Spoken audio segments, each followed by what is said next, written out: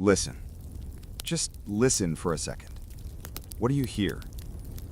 Maybe the hum of an air conditioner? The distant sound of traffic? The silence of your own room? Whatever it is, take a moment to appreciate it. Because where we are going, silence is a luxury you can't afford. And that comfortable mattress you're lying on, that's about to feel like a distant dream. Welcome to Dreamless Timelines. If you're here to drift off, you're in the right place. We're going to take a long, slow walk through the past. But not the shiny Hollywood version of the past. We aren't doing the golden pharaohs sitting on thrones eating grapes. We're doing the reality. The gritty, sweaty, exhausting reality of why, quite honestly, you wouldn't last 24 hours in the ancient world. You think you'd be a king? Odds are you'd be the guy carrying the stone that builds the king's bathroom, and you'd probably have a bad back. Before we step into the time machine and ruin your fantasies about the ancient world, do me a favor. If you enjoy these deep dives into the mundane reality of history, go ahead and hit that subscribe button. Give the video a like. It helps us keep the timeline running. Now, close your eyes. Let's get uncomfortable. Imagine waking up, but it's not to an alarm on your phone, it's to the sound of a goose honking directly into your ear. And you aren't under a duvet, you are lying on a woven reed mat thrown over a slab of dried mud brick. Your pillow isn't a pillow at all. It's a curved wooden headrest that feels like a rock against your neck. This is designed to protect your hairstyle and keep the bugs off your face, but right now it just feels like a stiff neck waiting to happen. You open your eyes. It's ancient Egypt, the Old Kingdom, around 2500 BC. And the first thing you notice isn't the majesty of the pyramids, it's the heat. Even at dawn, the air feels heavy, like walking into a laundry room where the dryer has been running for 6 hours. You sit up, your back cracks, you're already thirsty. You reach for water, but let's pause there. You can't just turn on a tap. There is no filtered fridge water here. There is a clay jar in the corner. The water inside came from the Nile. Now, the locals, they have stomachs of steel. They've been drinking this murky, silt-heavy cocktail since they were babies. You, your modern, sanitized gut, would likely throw a tantrum within an hour. It's totally sketchy. If you drink that straight, you're looking at a rough week of dysentery, which, by the way, was a leading cause of checking out early in the ancient world. So you skip the water. You go for breakfast. You're thinking maybe some eggs, maybe some toast? Well, you're half right. Bread is the staple here. It is the fuel of the empire. But this isn't the fluffy, sliced white bread from the grocery store. This is heavy, dense emmer wheat bread. And here's the kicker, the thing nobody tells you in the history books. It is crunchy. Not crunchy like a baguette, crunchy like rocks. See, the Egyptians grind their grain using stone tools, and the wind blows desert sand into everything. Literally everything. So every loaf of bread is basically 5% sand and stone grit. You take a bite, and you feel that unmistakable crack. That is the sound of your tooth enamel wearing down. If you look at the mummies of ancient commoners today, their teeth are worn down to the nubs. They lived their whole lives chewing on sandpaper. So, enjoy your breakfast. Try not to break a molar. You step outside. The sun hits you like a physical weight. There is no ozone layer protection cream here. No sunglasses. The glare off the desert sand is blinding. You squint, trying to adjust. You're in a village of mud brick houses, packed tight together to create shade. It smells. It smells like wood smoke, drying fish, unwashed bodies, and animal dung. The sanitation system is basically throw it in the river or bury it over there. The vibe is intensely organic, to put it politely. You have a job to do. You aren't a tourist. In this timeline, you are a farmer. Or maybe a laborer. The vast majority of people were. You don't get to chill at the temple. You have to head to the fields. The Nile has just receded, leaving behind thick, black mud. This is the Black Land. It's fertile, sure, but it's heavy. You're walking barefoot. Shoes are for rich people, or special occasions. The mud squelches between your toes. It's full of snails. And here's a fun fact. Those snails carry a parasite that causes schistosomiasis. It burrows into your feet, gets into your bloodstream, and slowly shuts down your organs over the next 20 years. But you don't know that. You just think the mud feels gross. You start working. It involves a hoe, a heavy wooden tool, and you are hacking at the earth, breaking up the clods of soil under the burning sun. It is 100 degrees Fahrenheit, easy. You are sweating so much you stop sweating, which is a bad sign. You look for a sports drink? Nope, you get beer. Now wait, before you get excited, let's talk about Egyptian beer. This isn't a crisp, cold lager. It's barely alcoholic, maybe 2 or 3%. It's thick, almost like a gruel or a soup. It's cloudy, full of floating bits of grain and served warm. But it's safer than the water because the fermentation process kills some of the bacteria. So you drink your warm, chunky beer soup in the blazing heat, trying to get enough calories to keep swinging that hoe. It's a grind, a literal grind. Let's say you survive the morning shift. You take a break. You look towards the horizon. You see the Great Pyramid under construction. It's blindingly white, covered in polished limestone casing stones. It's actually beautiful. But then you look at the people building it. It's not aliens. It's guys like you. Except they're hauling 2-ton blocks up a ramp made of mud and grease. There's a myth that slaves built the pyramids. That's actually not true. It was paid laborers. But paid is a loose term. You got paid in bread, beer, and onions. That was your paycheck. Imagine working a 60-hour week of hard manual labor and your boss hands you a sack of onions and a jug of warm beer. You'd probably quit. But here, you can't really quit. The social structure is rigid. You are born into your role. Upward mobility is extremely rare. You are a cog in a massive sand-covered machine. By midday, you're feeling dizzy. You've got a headache from the glare. You need shade. You sit under a palm tree. A fly lands on your eye. You swat it. 3 more land. Flies in ancient Egypt were a plague of their own. They were everywhere, drawn to the sweat and the food. Some Egyptians carried fly whisks, but you just have your hands. It's a constant battle, a low-level annoyance that never, ever stops. Let's talk about your appearance for a second. You're likely wearing a simple linen kilt. It's rough linen, not the soft stuff. If you're a guy, that's it. Chest bared to the sun. If you're a woman, a simple shift dress. But you're also wearing makeup. Yes, even the guys. Thick black kohl around the eyes. Now this looks cool in movies, kind of a goth rock star vibe. But it wasn't for fashion. It was practical. The black galena paint helped reduce the glare of the sun, like football players putting black grease under their eyes. It also had lead in it, which, surprisingly, acted as a mild antibacterial agent to keep eye infections away. Because when you live in a world of dust and flies, eye infections are a constant threat. So you look cool, but you're slowly absorbing lead through your eyelids. It's a trade-off. As the afternoon wears on, the work changes. Maybe you're not farming today. Maybe you've been conscripted for a corvée. That's a fancy word for mandatory state labor.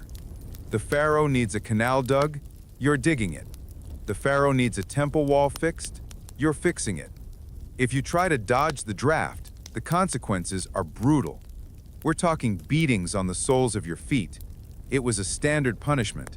So you can't walk away, literally. You keep digging. The tool handle gives you blisters. The blisters pop. The sand gets in the blisters. It stings. It's just another sensation to ignore. You start to realize that life here is about endurance. It's not about living your best life. It's about surviving the day without getting heat stroke, without a cobra biting you in the tall grass, and without getting crushed by a falling stone. Speaking of cobras, the wildlife is not your friend.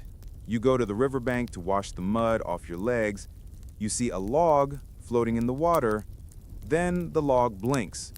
Crocodiles in the Nile were massive, aggressive, and everywhere. People got snatched doing laundry. People got snatched fishing. The river was the source of all life, but it was also a monster waiting to eat you. So you wash very, very quickly, keeping one eye on the water. The adrenaline spike alone is exhausting. By the time the sun starts to set, you are physically wrecked. Your muscles scream, you're covered in a layer of dust that feels like a second skin. You head back to your mud brick house. It's cooling down, which is nice, but now the mosquitoes come out, and the fleas. Dinner is served. It's bread. Again, maybe some lentils. If it's a feast day, maybe some fish or a duck caught in the marshes, but mostly it's carbs. You eat by the light of an oil lamp. The oil is usually castor oil or sesame oil. It burns with a smoky, heavy scent. The light is dim and flickering. There is no reading a book to wind down, no scrolling through your feed. You talk to your family. You talk about the harvest. You talk about the tax collector who came by today to measure your grain and make sure the pharaoh gets his cut. Taxes were a huge deal. They taxed everything.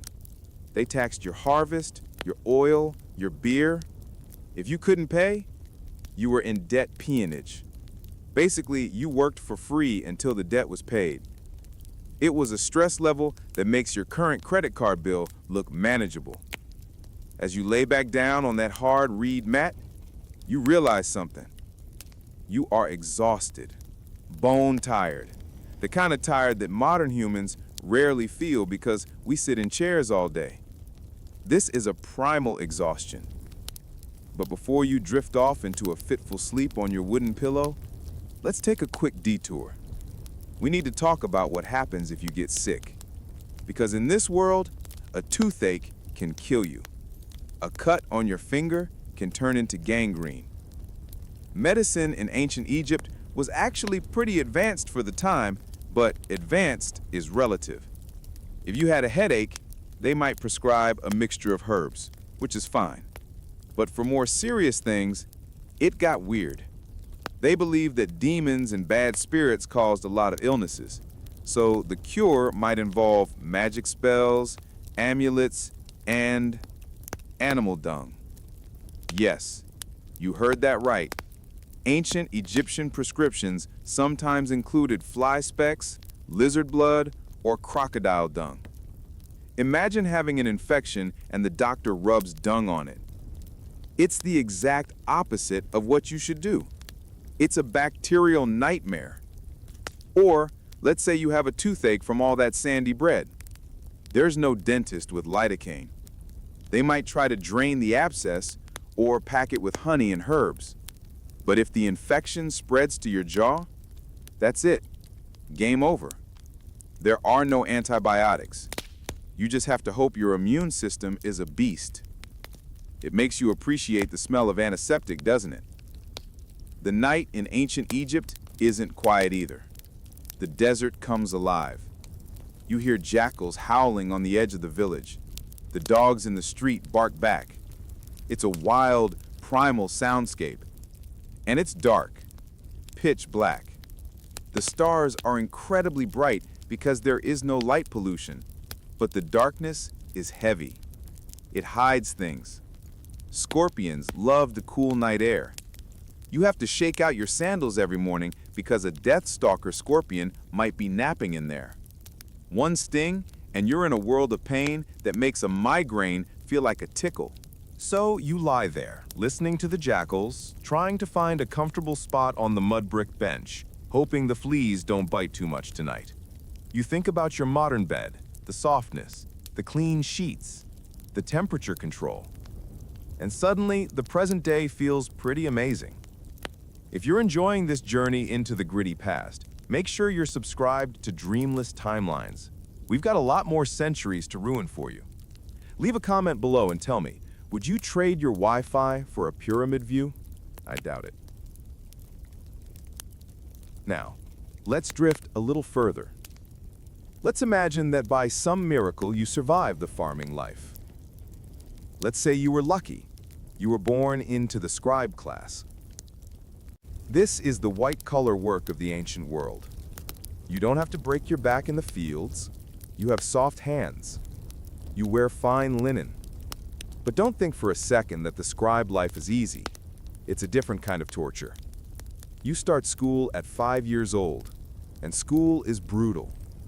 The motto of Egyptian education was, and I quote, "A boy's ears are on his back. He listens when he is beaten." Yeah. If you messed up your hieroglyphs, you got hit. If you daydreamed, you got hit. You spent 12 years memorizing hundreds of complicated symbols, learning to write on papyrus with a reed brush. Papyrus was expensive, so you mostly practiced on broken pieces of pottery called ostraca. Day in, day out, copying texts. Be a scribe, for the scribe is superior to all other professions. They brainwashed you with that. And the pressure? Immense. As a scribe, you are the bureaucracy. You're responsible for counting every sack of grain in the silo. If the numbers don't add up, the vizier doesn't blame the math, he blames you. And the punishment for corruption or incompetence? They might cut off your nose. That was a real punishment. Nose cutting.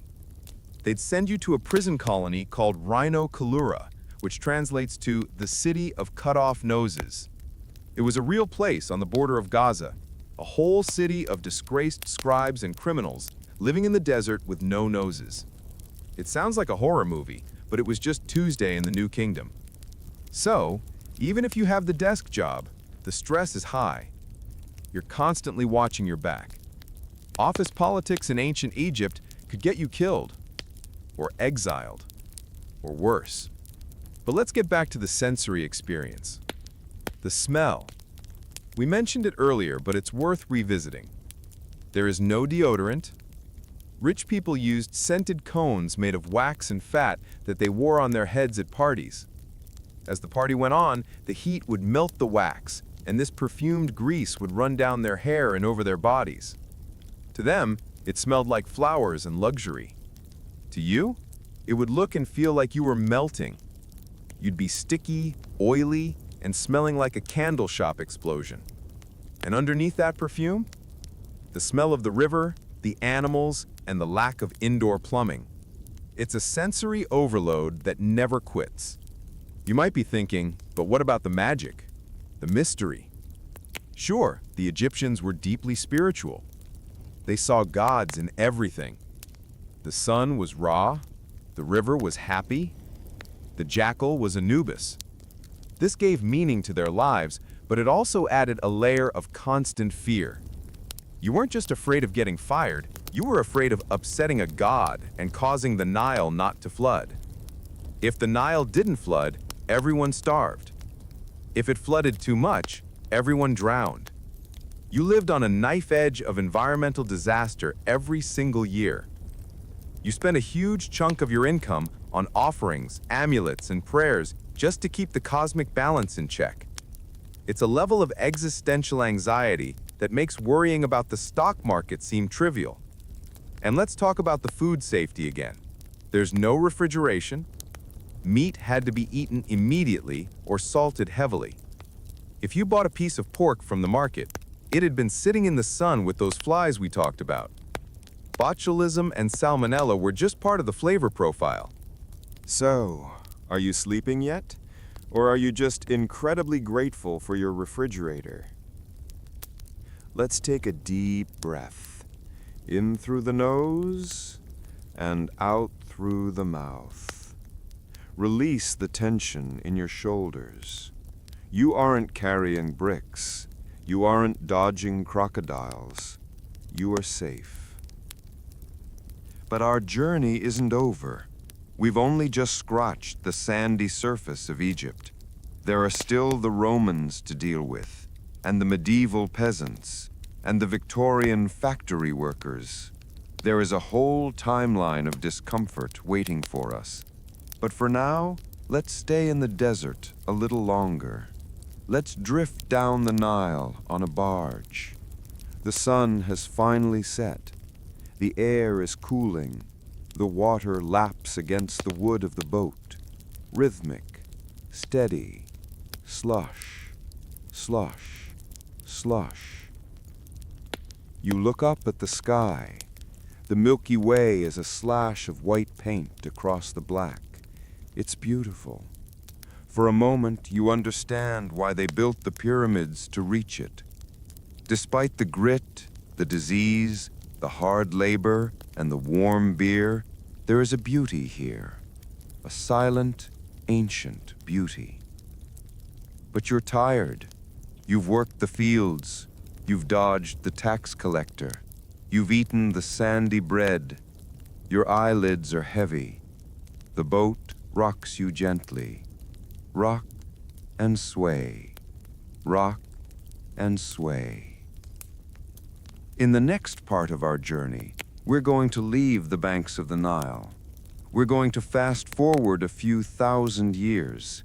We're going to trade the sand for cobblestones and the pharaohs for emperors. We're going to see why wearing a toga was actually a huge hassle, and why you definitely, absolutely would not want to visit a Roman bathhouse. It's way grosser than you think. But that's for later. For now, just let the river carry you. You leave the Nile behind. The rhythmic lapping of the water fades. You are traveling through time again, drifting forward. The heat changes. It's not that dry, baking desert heat anymore. It's humid, sticky, and it smells different. It smells like garlic, stale wine, and a lot of people. Open your eyes.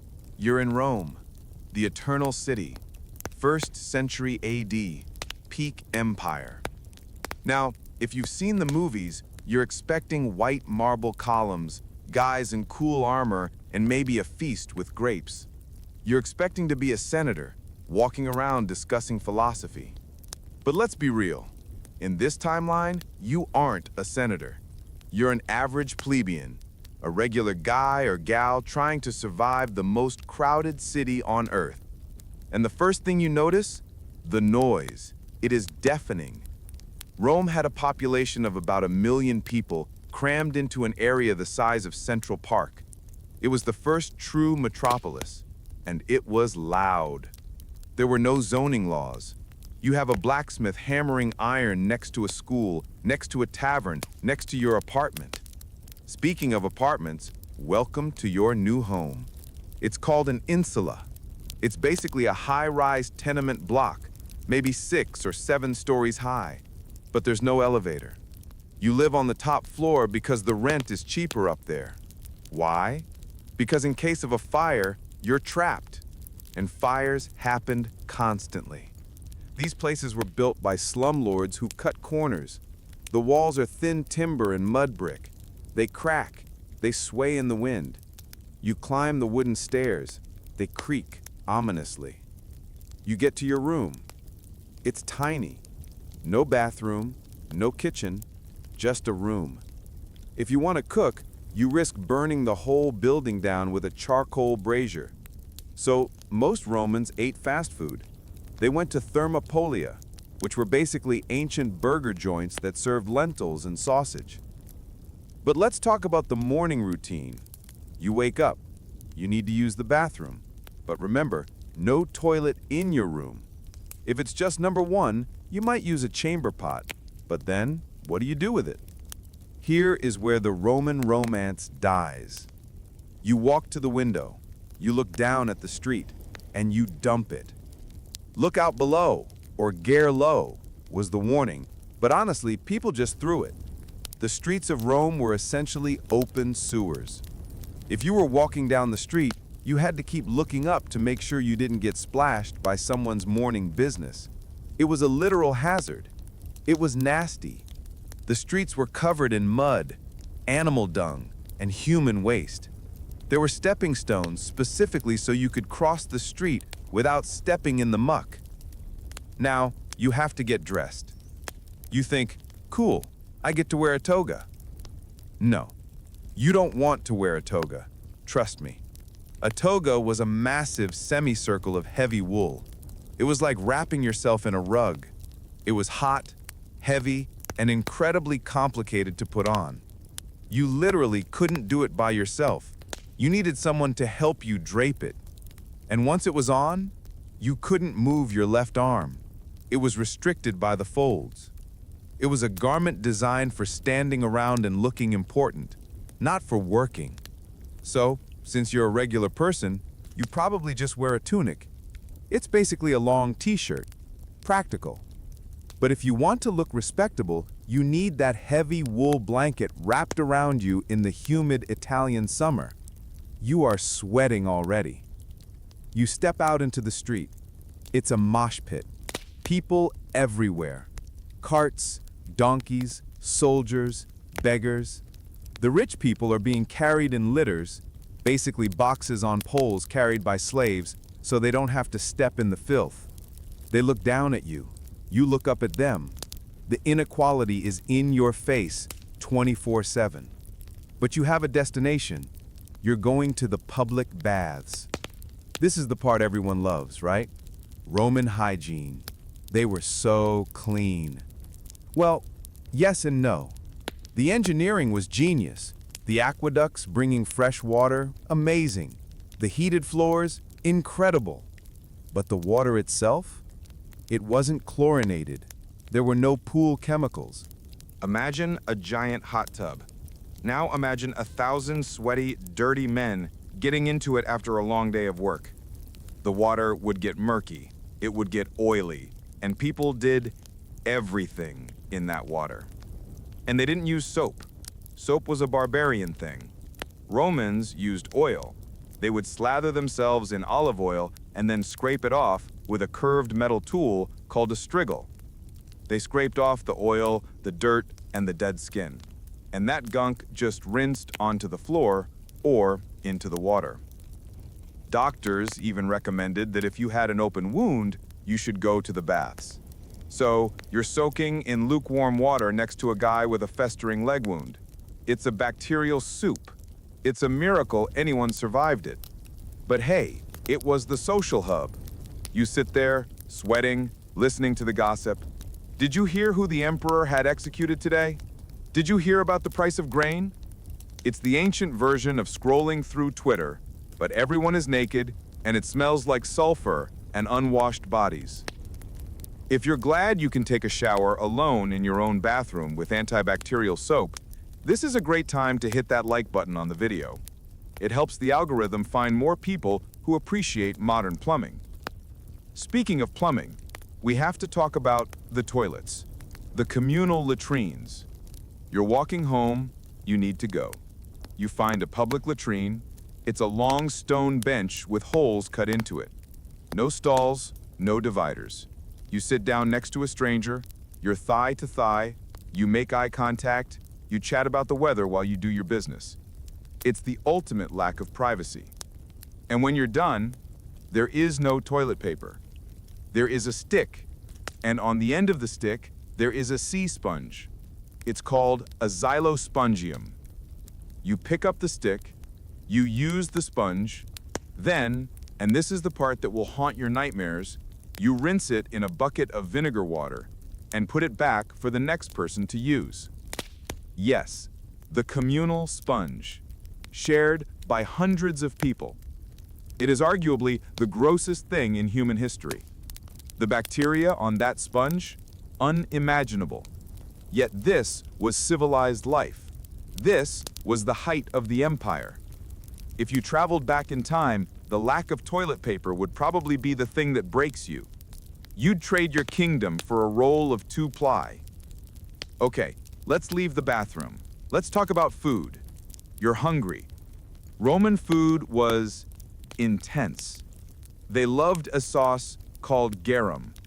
It was their ketchup. They put it on everything, even desserts. What is garum? It's fish guts. You take the intestines of fish, salt them, leave them in the sun to rot and ferment for months until they turn into a liquid. It smelled horrendous, but it tasted like a blast of umami. So you're eating your porridge with fish gut sauce, and you wash it down with wine. Romans drank wine like water, but their wine was often sour, so they sweetened it.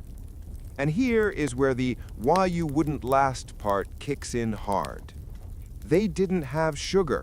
They used honey, or they used a syrup called defrutum. To make defrutum, they boiled down grape juice, and they specifically boiled it in lead pots. Why? Because the lead reacted with the juice to create sugar of lead, or lead acetate, which made it super sweet. They were literally seasoning their food with neurotoxins. The aristocracy went crazy for this stuff. Some historians think the fall of Rome was partly due to widespread lead poisoning. It caused gout, infertility, and madness. So, as you sip your sweet, delicious wine, you are slowly destroying your brain cells. The emperors were going mad, and the pipes were made of lead. That's where the word plumbing comes from. Plumbum is Latin for lead. You are surrounded by a heavy metal poison that you think is a luxury. Feeling sleepy yet? Or just glad you drink filtered water? Let's talk about your job. In Rome, the workday ended at noon. That sounds great, right? A 6-hour workday. But the mornings were a hustle. If you were a poor guy, you might be a client to a rich patron. This was a formal system. Every morning at dawn, you had to go to your rich boss's house for the salutatio.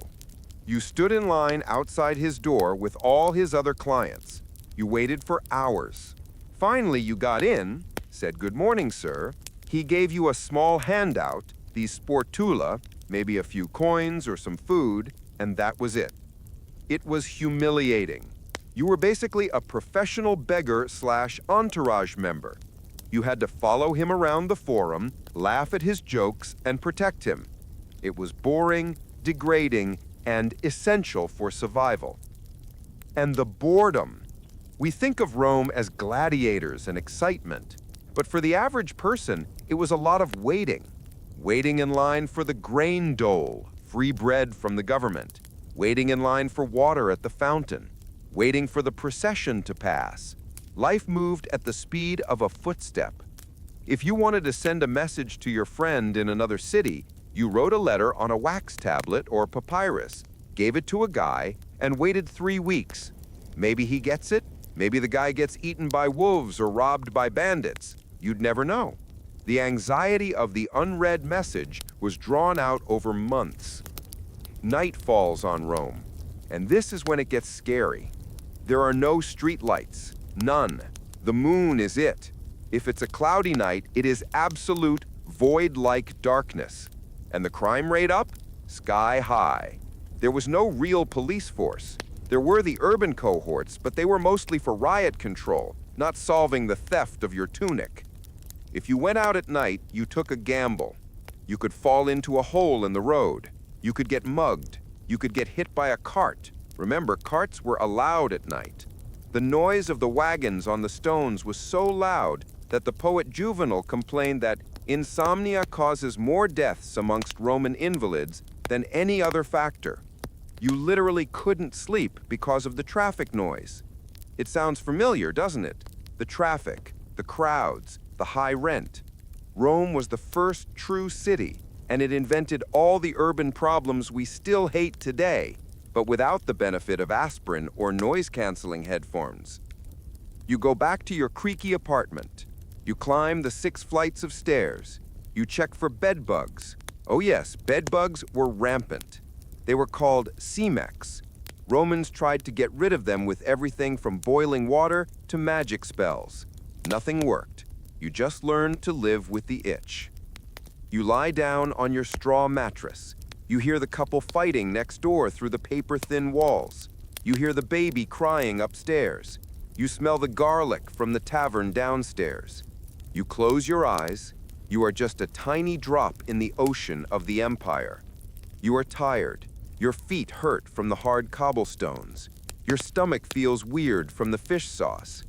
But as you drift off, the noise of Rome starts to blur. It becomes a white noise, the rumble of a civilization that thought it would last forever. Rumble and fade. Rumble and fade. You survived the sand of Egypt. You survived the crowds of Rome. But we aren't done. The timeline is long, and history is full of places where comfort goes to die. We're going to move forward now. The empire is going to fall. The lights are going to go out. We are heading into the ages of fog and mud, the time of castles, knights, and plagues. You think knights were romantic? Wait until you hear about how they went to the bathroom in that armor. Wait until you smell the moat. But that's for the next chapter. For now, stay in the dark. Let the Roman night wrap around you.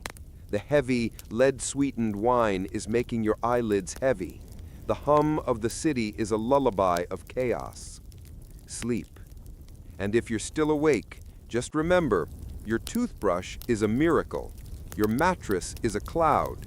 And you never, ever have to use a communal sponge. See you in the next timeline. The Roman columns have crumbled. The aqueducts are dry. The noise of the great city has faded into the silence of a muddy forest. We are moving forward in time, but in many ways, it feels like we are stepping back. Welcome to the Middle Ages, or, as you might know it, the time of knights, castles, and dragons. Except there are no dragons, and the knights, they aren't exactly the chivalrous heroes you see in movies. They're mostly just hired muscle with serious anger management issues. You open your eyes. It's dark, but not the pitch black of the Egyptian desert or the Roman night. It's a gray, foggy kind of dark. You are inside. You look around. You expect a cozy fireplace, maybe a tapestry or two. You expect a Disney castle. What you get is a stone refrigerator. You are in the great hall of a Norman keep. It's the 12th century, and the first thing that hits you is the cold. It's not just chilly, it's a damp, bone-aching cold that seeps through your clothes. See, castles weren't built for comfort. They were built for war. They are giant stone boxes with tiny windows called arrow slits. These slits are great for shooting arrows at enemies, but terrible for letting in light. And they didn't have glass. Glass was way too expensive, so the wind just whistles right through. You wrap your arms around yourself. You're wearing wool tunics, layers of them, but they feel scratchy and damp. Everything is damp. The stone walls sweat moisture. If you touch them, your hand comes away wet. Mold is basically a roommate here. You look down at the floor. You think, at least there's a carpet. Well, sort of. It's called rushes. Basically, dried grass, straw, and reeds scattered over the stone floor to provide a little insulation. It looks rustic. It gives off a farmhouse vibe. But don't look too closely. Erasmus, a scholar from a bit later in history, described these floors as bearing an ancient collection of beer, grease, fragments, bones, spittle, excrement of dogs and cats, and everything that is nasty. Yeah, they didn't change the rushes very often. Maybe twice a year. In between, they just put fresh straw on top of the old rotting straw. You are walking on a compost heap of half-eaten food and animal droppings. The smell is earthy, musty, and sour. If you dropped your phone in there, you wouldn't want to pick it up. You need to sit down. You find a wooden bench. There are no cushions. Comfort is considered a sin or at least a weakness. You sit. Your back aches. You are tired. You are a servant in this castle, which means your day started before sunrise. Let's talk about your job. You might be a scullion, That's the lowest of the low in the kitchen hierarchy. Your job is to clean the pots. But there is no dish soap. There is sand, water, and scrubbing. You scrub until your hands are raw. The kitchen is a chaotic, smoky hellscape. There are no chimneys as we know them. The smoke just drifts up to a hole in the roof. Your eyes sting constantly. You develop a chronic cough. It's called hurt lung. But maybe you're hungry. It's dinner time. The Lord and his family sit at the high table on a raised platform. They get the fresh meat. They get the wine. You are below the salt. You sit on a bench near the drafty door. You get a bowl of pottage. This is the fuel of the medieval world. It's a thick vegetable stew. Peas, beans, maybe a turnip. If you're lucky, a scrap of bacon fat was waved over it for flavor. It's gray, it's mushy, and you eat it every day. And your plate? It's not ceramic, it's bread. It's called a trencher, a slab of stale, 4-day-old coarse bread. They carve a hollow in the middle and pour the stew into it. The bread soaks up the juices. When you're done eating the stew, you can eat the plate if you're still hungry. But usually, the soggy bread plate is given to the poor or thrown to the dogs. It's the ultimate edible packaging. You take a bite of your pottage. It's bland. Spices like pepper and cinnamon are for the rich. They cost a fortune. Your food tastes like boiled cabbage and sadness. But wait, you need to use the bathroom. This is always the deal breaker in history, isn't it? You ask where the restroom is. Someone points to a small door in the wall. It's called the garderobe. You walk in. It's a tiny, cold stone closet. There is a stone bench with a hole in it. You look down the hall. It's a straight drop, 30 feet down into the moat or a cesspit. The wind howls up the chute, blasting freezing air onto your backside. It's the most refreshing and terrifying toilet experience of your life. And remember, no toilet paper. You use moss, hay, or a grooming stick. If you're wealthy, maybe a piece of soft fabric. But let's be real. In this story, you're not wealthy. You're using the hay. It's scratchy. It's unpleasant. It makes you miss the communal sponge of Rome, which is saying a lot. The smell in the garderobe is eye-watering.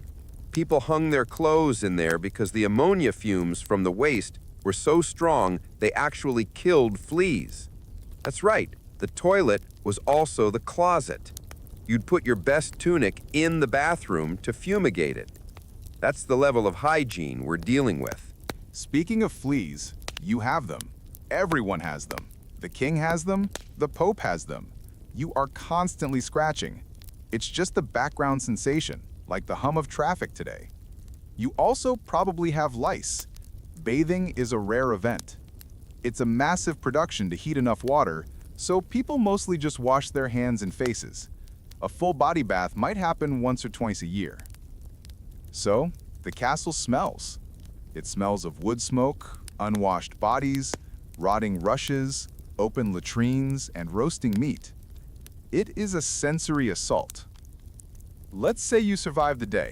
The sun goes down, the castle gets even darker. Candles are expensive, beeswax for the rich, smelly tallow made from animal fat for the poor. You don't have a private room. Privacy is a modern invention. You sleep in the Great Hall. The cables are cleared away, you lay down your pallet, a thin mattress stuffed with straw, right on the floor, right on top of those dirty rushes we talked about. And you aren't alone. You are sleeping shoulder to shoulder with 50 other people, servants, knights, travelers. It's a slumber party from hell. People snore, people cough, people pass gas. Dogs wander through the room licking your face or stealing your shoes. If someone gets sick, everyone gets sick. And getting sick in the Middle Ages? That's a horror movie all on its own. Let's say you have a toothache again, or maybe a headache. You go to the local expert. He's not a doctor, he's the barber surgeon. This guy cuts hair, trims beards, and amputates limbs. One-stop shop. His solution for almost everything is bloodletting. You have a fever? Too much blood. Let's drain some. You're depressed? Bad blood. Drain it. They would cut a vein in your arm and let you bleed into a bowl until you passed out. They thought this balanced your humors. In reality, it just made you weaker and more likely to die from infection. Or maybe they use leeches. They stick slimy, black bloodsuckers on your skin. You just have to sit there and watch them get fat on your blood. It's totally sketchy. If you have a really bad headache, they might suggest trepanning. That's where they drill a hole in your skull to let the evil spirits out.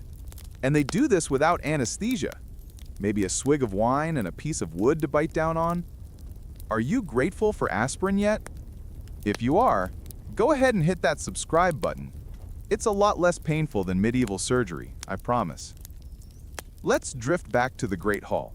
You're trying to sleep, the fire has died down to embers, the shadows are long and creepy. You hear stories. The medieval world is full of superstitions. The woods outside are not just woods, they are home to witches, goblins, and fairies who steal children. The night is full of terrors. You don't have a flashlight. You don't have a phone to call for help. You are surrounded by a world that is vast, dark, and indifferent to your suffering.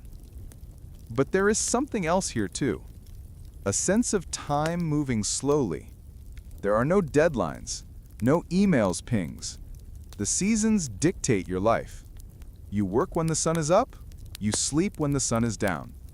There is a rhythm to it that is almost hypnotic. Work and rest, sowing and harvest. You listen to the breathing of the people around you, a collective survival.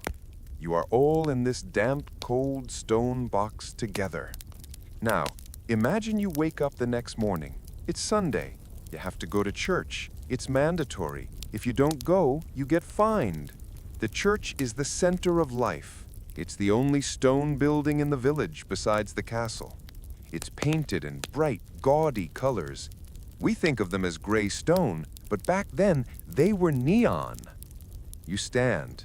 There are no pews. You stand for hours, listening to a service in Latin. You don't speak Latin. You have no idea what they're saying. You just look at the paintings of doom on the walls, demons eating sinners, and you get the vibe, behave or else. After church, maybe there is a festival, a saint's day. This is the one time you get to have fun. There might be a bear baiting. Horrible, I know, but they loved it. There might be football. But medieval football isn't the NFL. It's called mob football. The ball is a blown-up pig's bladder. The teams are this village versus that village. There are no rules. You can punch, kick, and bite. People died playing this. It was basically a riot with a ball. But it was the highlight of your year. You watch the chaos. You drink some weak ale because the water is still trying to kill you. You eat a meat pie that you bought from a street vendor. The crust is thick and hard to protect the meat inside from the flies. You crack it open. It's okay. It's warm. For a moment, in the middle of the noise and the mud, you feel okay. But then you look at your hands. They are filthy. You look at your clothes. They are rags. You realize that you are 30 years old, and in this timeline, you're considered middle-aged. Your back hurts from sleeping on the floor. Your teeth hurt from the grit in the bread. You miss the future. You miss softness. You miss clean smells. You miss the ability to be alone. As the sun sets on the medieval village, the fog rolls in again, thick, heavy. It dampens the sounds. The world shrinks down to the circle of light from the fire. You are drifting away from the castle now, leaving the damp stone walls behind, leaving the pottage and the fleas. We are going to move forward again. We are going to jump over the Renaissance. We are going to land in a time that looks fancy on the surface. Wigs, powder, ball gowns. The 18th century. You think, finally, luxury, Bridgerton vibes. Oh, you poor, sweet summer child. You have no idea. The 18th century is a whole new level of gross disguised as glamour. We're talking about wigs that were infested with bugs. We're talking about makeup made of lead again. We're talking about streets that were so crowded you could be crushed to death by a carriage. But the worst part? The surgery.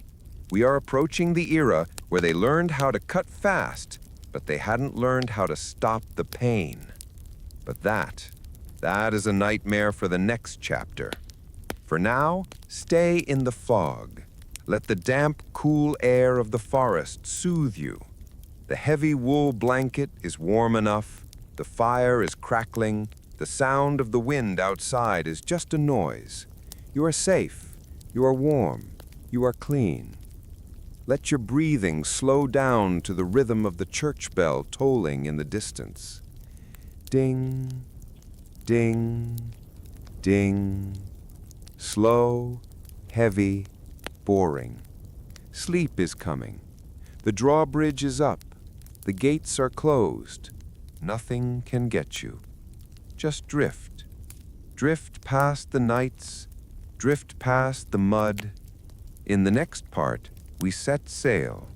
We're going to board a ship, a wooden world on the open ocean. You think a cruise is relaxing? Imagine being on a ship for 6 months with scurvy, biscuits full of weevils, and a surgeon who is also the carpenter. The sea is calling, but for now, silence. The fog of the medieval forest lifts. The smell of the damp earth fades. It's replaced by something sharper. Salt, brine, tar. You are moving forward in time again. It's the 18th century, the golden age of sail. You're thinking Pirates of the Caribbean, right? You're picturing yourself swinging from a rope, sword in hand, chasing treasure maps, and drinking rum on a tropical beach. You think it's freedom. You think it's the ultimate adventure. I'm sorry to be the one to tell you this, but Hollywood lied to you. Being a sailor, whether you were a pirate or in the Royal Navy, wasn't an adventure. It was a prison sentence. Except there was a chance the prison would sink. Open your eyes. You are swaying. The whole world is tilting left, then tilting right. It never stops. Not for a second. If you get seasick, I have bad news. There is no escape. You just have to live with the nausea until your body gives up and accepts it. You are below decks on a man of war or a merchant vessel. It's dark. It's the berth deck, and it is crowded. You aren't sleeping in a bed. You are in a hammock, and not a nice backyard hammock. You are packed in like sardines. The standard allowance for sleeping space in the Navy was 14 inches per man. That's barely wider than your shoulders. You are swinging hip to hip with the guy next to you. You can smell his breath. You can smell his sweat. You can smell his unwashed clothes. And the air? It's thick. Down here below the waterline, there is no ventilation. The air is a mix of carbon dioxide, bilge water, which is the stagnant, rotting water in the bottom of the ship, and the smell of hundreds of men who haven't showered in 3 months. It's hot, it's humid, it's suffocating. You wake up to a whistle, the boatswain's call. It's shrill and piercing. You have to roll out of your hammock immediately. Stow it or lose it. You roll up your bedding and shove it into the netting on the deck rails. This was partly to tidy up, and partly to provide a shield against shrapnel if cannonballs started flying. But we aren't worrying about cannonballs today. We're worrying about breakfast. You head to the mess table. You are starving. The sea air makes you hungry. You sit down on a wooden bench. The table is hanging from ropes, so it sways with the ship. breakfast is served. It is a piece of hardtack. This is the legendary ship's biscuit. It's made of flour and water, baked until it is hard as a brick. It was designed to last for years without spoiling, and it did. But lasting and edible are two different things. You pick up the biscuit. It's rock hard. You can't just bite it. You'll shatter your teeth. You have to soak it in coffee or stew to soften it. But before you do that, you have to perform a very important ritual. You have to tap it on the table. Tap, tap, tap. Why? To knock the weevils out.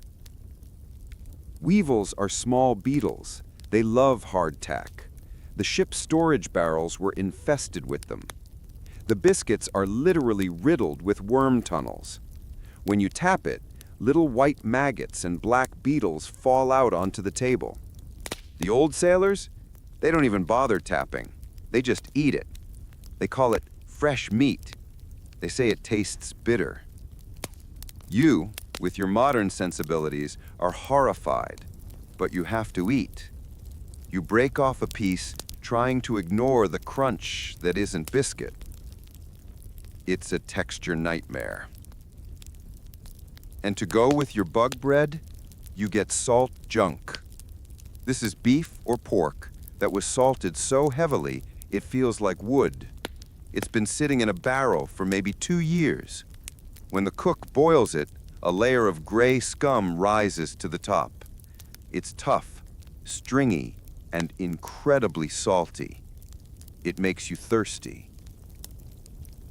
Which brings us to the water. You reach for your tin cup, you go to the scuttlebutt.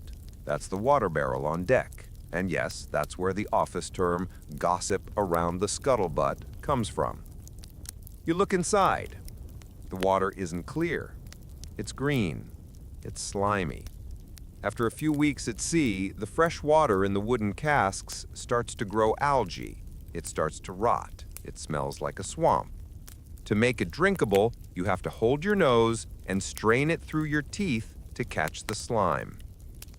This is why they drank grog. Grog wasn't just a party drink, it was a necessity. It was a mix of rum, water, and lime juice. The alcohol helped kill some of the nastiness in the water and masked the taste of the slime. So by 10 a.m. you are slightly buzzed, eating weevils, and dehydrated. It's a total grind. Now you have to work, and the work is boring, incredibly boring.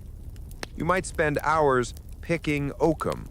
This involves taking old tar-covered ropes and unraveling them strand by strand, picking the fibers apart so they can be used to caulk the seams of the ship.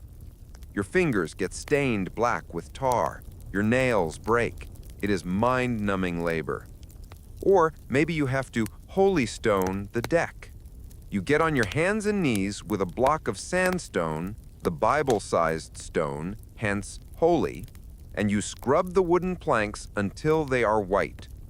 Hundreds of men on their knees scrubbing wet wood for hours under the baking sun.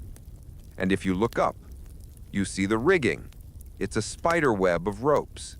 If the captain orders you to set the sails, you have to climb. You aren't clipped in, there is no safety harness. You are climbing a rope ladder that is swaying in the wind 60 feet above a churning ocean. If you slip, you fall. If you hit the deck, you're dead. If you hit the water, you're probably dead too, because most sailors didn't know how to swim. Why bother learning? If the ship goes down in the middle of the Atlantic, swimming just prolongs the inevitable. It's intense. It's sketchy. It's a hard pass for anyone who likes safety regulations. If you're enjoying the fact that your job doesn't involve hanging 60 feet in the air without a harness, go ahead and hit that like button. It helps us steer the ship. And subscribe if you want to see where we crash next.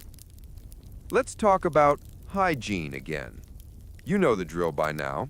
It's bad. There are no showers. You wash in a bucket of seawater.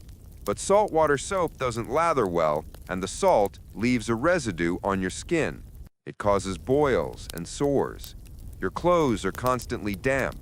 You develop saltwater boils on your wrists and neck, where the wet fabric rubs your skin raw. And the bathroom?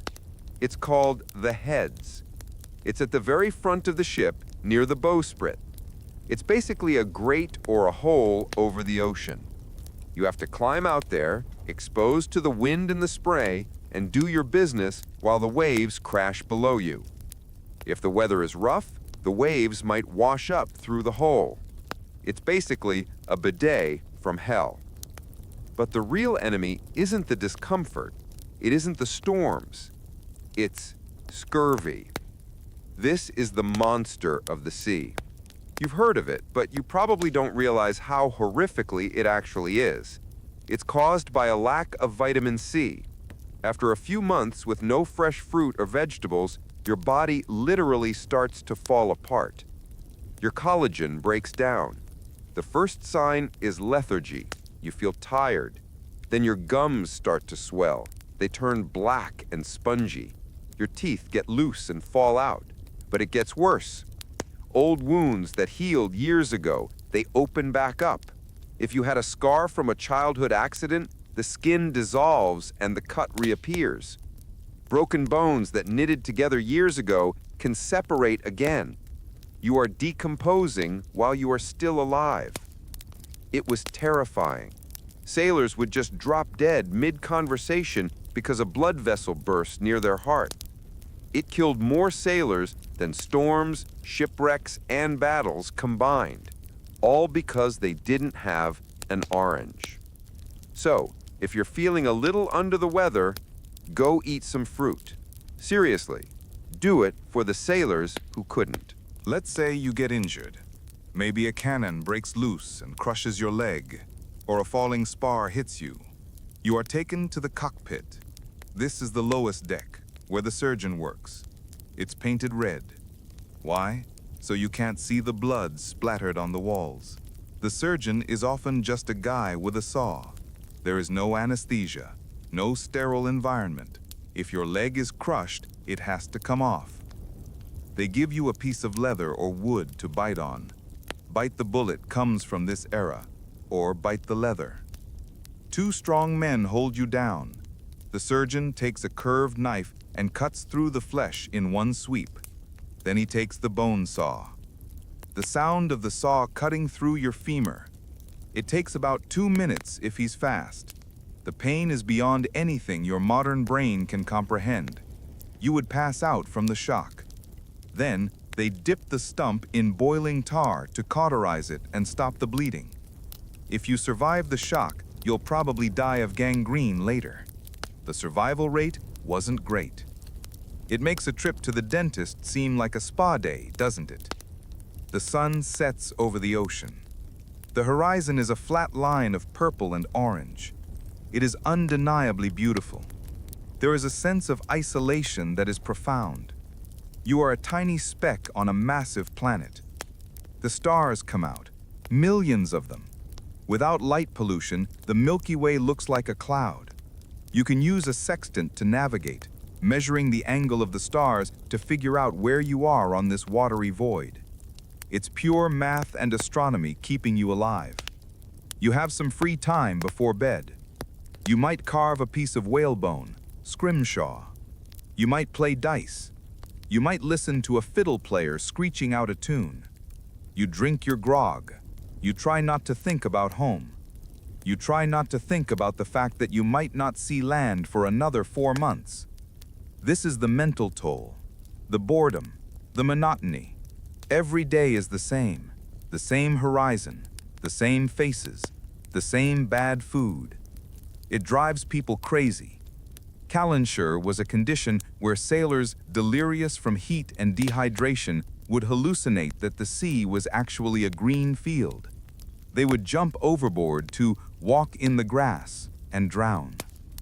You climb back into your hammock. The ship groans. The wood creaks constantly. It sounds like the ship is alive, complaining about the waves. Creak, splash, creak, splash. You close your eyes. You try to find a comfortable position, but the guy next to you is snoring and his elbow is in your ribs. The smell of the bilge water drifts up. But the rocking is rhythmic. It's like a giant cradle. Rock and sway, rock and sway. Despite the scurvy, despite the weevils, the motion of the ocean is putting you to sleep. You are floating. You are drifting. We are going to leave the ocean now. We are going to sail back to shore. We are entering a place that is loud, dirty, and covered in soot. We are entering the Industrial Revolution. Victorian London. You think top hats, steam engines, Sherlock Holmes. But I want you to imagine a fog so thick it's yellow. I want you to imagine a river that smells like death. I want you to work 16 hours a day in a factory where the machines want to eat your fingers. The age of sail was wet and salty. The age of steam is going to be greasy and smoky. But that is a story for the next dream. For now, just stay in the hammock. Let the waves rock you. The stars are wheeling overhead. You are safe from the surgeon's saw. You have plenty of vitamin C. Drift on the dark water. Sway and sleep. The wooden ship fades away. The salt spray dries on your skin. You are standing on solid ground again, but it doesn't feel solid. It feels vibrating. Welcome to the 19th century, the Victorian era, the Industrial Revolution. You're thinking of top hats, pocket watches, and Sherlock Holmes running through the fog. You're thinking of a cozy Christmas with a goose on the table. It has a very specific aesthetic, steampunk cool, brass gears and steam engines. But let's strip away the filters, because if you were actually standing in London in 1850, the first thing you would do is cough, and then you would probably gag. The air here is thick, and I don't mean humid, I mean solid. They called it a pea super. It's a yellow, greenish fog that hung over the city. It wasn't just mist from the river, it was coal smoke. Millions of chimneys pumping black soot into the sky, mixing with the damp English weather. It tasted like pennies and charcoal. It coated everything. If you wore a white shirt in the morning, the collar would be gray by noon. If you blew your nose, the handkerchief would turn black. You are literally breathing in the exhaust pipe of the world. You walk down the street. It's crowded, more crowded than Rome. But it's a different kind of crowd. It's fast. Everyone is rushing. The noise is mechanical. The clatter of iron wheels on cobblestones, the hissing of steam valves, the shouting of newsboys. And the smell. Oh, the smell. You walk towards the river, the Thames. In the summer of 1858, it was known as the Great Stink. The river was basically a giant open sewer. All the waste from millions of people, plus the chemicals from the factories, dumped straight into the water. The smell was so bad that they had to soak the curtains of the Parliament building in chloride of lime, just so the politicians could work without passing out. You look at the water. It's brown, thick, and bubbling. And yes, people drank from sources contaminated by this. Cholera was the serial killer of the age. It hit fast and hard. One day you're fine, the next day you're gone. It was totally sketchy. But you have to work. You aren't a gentleman in a velvet coat. You are a worker. You head to the factory, the mill. You walk in and the noise hits you like a physical slap. The power looms are deafening. Clack, clack, clack, clack, clack. It never stops. Most workers went partially deaf after a few years. You are working a machine that spins cotton. There are no safety guards. OSHA does not exist here. The gears are exposed. The belts are spinning at high speed. If your sleeve gets caught, or your hair, the machine doesn't stop. It doesn't care. You work for 14 hours a day, standing up. If you sit down, the overseer hits you with a strap. If you're late, you're fined. If you whistle, you're fined. It is a system designed to turn you into a robot. And the air inside the factory is even worse than outside. It's filled with cotton dust. It's like a white blizzard. You breathe it in. It settles in your lungs. They called it bisonosis, or brown lung. You spend your nights coughing up fibers. But maybe you aren't in the factory. Maybe you're a child. If you're a kid in this timeline, I have bad news. You aren't playing video games. You aren't going to school. You are working. Maybe you're a trapper in a coal mine. Your job is to sit in total darkness, deep underground, and open a ventilation door when the coal carts come through. You sit there for 12 hours, alone in the dark, listening to the rats. Or maybe you're a chimney sweep. This is the stuff of nightmares. You are small, so they send you up the chimney. Not with a brush. You go inside. It's pitch black, hot, and suffocating. You have to climb up the narrow, soot-choked flue using your elbows and knees. Sometimes you get stuck. If you were afraid to climb, the master sweep might light a small fire in the grate beneath you to encourage you. Hence the phrase, light a fire under someone. It's brutal. It's claustrophobic. It makes you realize that childhood is a very modern luxury. If you appreciate the fact that your job doesn't involve climbing inside a chimney, go ahead and hit that subscribe button. We keep the history dark so your sleep can be light. Let's talk about your home. You leave the factory. You walk through the rookeries. These are the slums. They are mazes of crumbling brick buildings. You share a room with maybe 8 other people. Not a house, a room. You take turns sleeping in the bed. The walls are covered in wallpaper. It looks nice. It's a bright, vibrant green. Scheele's green. It was the trendy color of the Victorian era. Here is the kicker. The green dye is made with arsenic. Yes, the wallpaper is poisonous.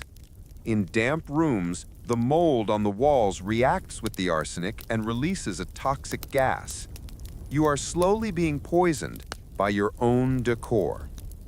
The Victorians loved arsenic. They put it in dresses to make them green.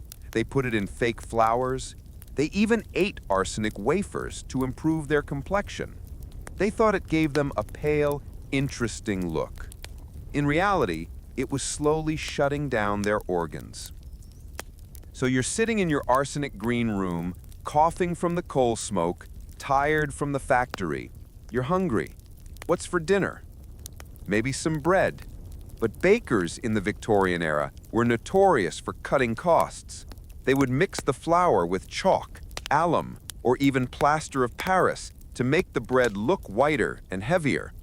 You are literally eating chalk. Maybe you buy some milk, but the milk has been watered down. To hide the bluish tint of the watered-down milk, they added things like boric acid or even pureed calf brains to thicken it up again. Food safety was non-existent. It was a gamble every time you ate. And then there's the gin palace. Because life was so hard, people drank. Gin was cheap. It was nicknamed Mother's Ruin. You step into the pub. It's the brightest place in the neighborhood. Gas lamps hiss overhead. Gaslighting was a revolution. It banished the dark, but it also sucked the oxygen out of the room and replaced it with fumes. It gave everyone headaches. It made plants die. But it was bright. It was modern.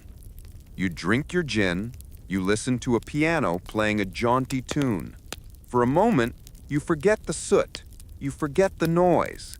But you can't stay too long. You have work at 5 a.m. You walk home. The fog has thickened. The gas lamps are just glowing orbs in the yellow mist. Footsteps echo behind you. The Victorian night is spooky. This is the era of Jack the Ripper. The layout of the slums is chaotic. Dead ends, dark alleys. You walk fast. You get back to your room. You check for lice. Always the lice. You wash your face with a pitcher of cold water. But the coal dust is stubborn. It's in your pores. It's in your lash line. You are permanently gritty. You lie down. The mattress is lumpy. It's stuffed with horsehair or straw. You think about the future. You hear people talking about progress. They talk about the empire. They talk about the telegraph, which lets you send messages across the ocean in minutes. It feels like magic. And it is magic. The world is changing faster than ever before. But the human cost is staggering. You are a cog in the biggest machine history has ever seen. But as you lie there, listening to the distant train whistle, a sound that sounds like a lonely scream in the night, you feel heavy. The arsenic wallpaper is glowing dimly in the moonlight. The air is thick. Whistle and chug. Whistle and chug. The rhythm of the train, the rhythm of the factory. It gets into your blood. Click-clack, click-clack. You are tired, so tired. The industrial grind is exhausting. But we are going to leave the city now. We are going to leave the smog. We need fresh air. We need space. We are going to travel west, far west, across the ocean, past the cities of the East Coast. We are going to the American frontier, the Wild West. You think, cowboys, freedom, riding horses into the sunset. But I want you to imagine the dust. I want you to imagine surgery on a saloon table with a Bowie knife. I want you to imagine dysentery on the Oregon Trail. The West wasn't a movie. It was empty, violent, and incredibly dirty. But that's for the next part of the timeline. For now, stay in London. Let the fog wrap around you like a heavy gray blanket. The noise of the city fades into a low hum. Sleep. You don't have to wake up for the factory whistle. You don't have to climb a chimney. You are safe in the clean, filtered air of the 21st century. Drift. The yellow fog of London dissolves. The hiss of the gas lamps fades away. The air clears up, but it gets dry. Incredibly dry. Welcome to the American West, the late 1800s, the frontier. You have a picture in your head, don't you? You're picturing Clint Eastwood squinting into the sun. You're picturing high noon duels, saloon brawls that look fun, and galloping across the plains on a trusty stallion. You think it's the ultimate freedom, the cowboy vibe. But let's be real. If you were actually here, you wouldn't be thinking about freedom. You'd be thinking about lotion and water, and why everything, absolutely everything, is covered in dust. You are on the Oregon Trail. You aren't riding in the wagon. The wagon is for things, not people. Unless you are sick or dying, you are walking. You are walking 2,000 miles beside a slow, lumbering ox, and the ox kicks up dust. The dust on the plains isn't like normal dirt. It's often alkaline. It's fine like powder. It gets in your eyes and burns. It gets in your nose and cracks the skin. It gets in your mouth, so you are constantly grinding grit between your teeth. Your lips are chapped and bleeding. There is no chapstick. You might rub some animal fat on them, but that just attracts the flies. And the flies? They are relentless. Huge horseflies that take chunks out of your skin. Gnats that swarm your eyes. You walk for 10 hours a day, plodding along at 2 miles an hour. It is arguably the most boring road trip in history. The landscape doesn't change for weeks. It's just flat, endless grass. You feel like you're on a treadmill that never stops. And then, your stomach starts to rumble. You think, maybe I ate some bad beans. But in this timeline, a stomachache is a death sentence. Dysentery and cholera were the real killers of the West. Not bandits, not bears. Diarrhea. It killed thousands. The trail was literally lined with shallow graves. If you got sick, the wagon couldn't stop. They couldn't wait for you to recover. You had to keep moving, or you'd be left behind. The fear of being left alone on the vast prairie was constant. It was a sketchy, high-stakes game of survival where the enemy was microscopic bacteria in the water. Speaking of water, you're thirsty. You come to a river, the Platte River. They described it as too thick to drink, too thin to plow. It was muddy, silty sludge. You had to let it sit in a bucket for an hour so the mud would settle to the bottom. And then you drank the brown water on top. It tasted like dirt. It was lukewarm. But let's say you aren't a pioneer. Let's say you want to be a cowboy, the icon of American cool. The reality? Being a cowboy was a low-wage seasonal gig for young men who couldn't find better work. It was the flipping burgers of the 19th century, but with a higher chance of being trampled to death. You spend your days in the saddle. Sounds cool, right? Until you do it for 14 hours straight. The saddle sores are agonizing. Your legs chafe until they bleed. You become bow-legged just from the shape of the horse. And cows? Cows are dumb. They are stubborn, heavy, and dangerous. You spend your day breathing in the dust kicked up by 1,000 cattle. You spend your nights sleeping on the hard ground, listening for wolves, hoping the herd doesn't stampede. If a thunderstorm rolls in and thunder cracks, those cows will run. And if you're in front of them, you're pink mist. The pay was terrible, maybe $30 a month. And the food? Beans, bacon, coffee, biscuit.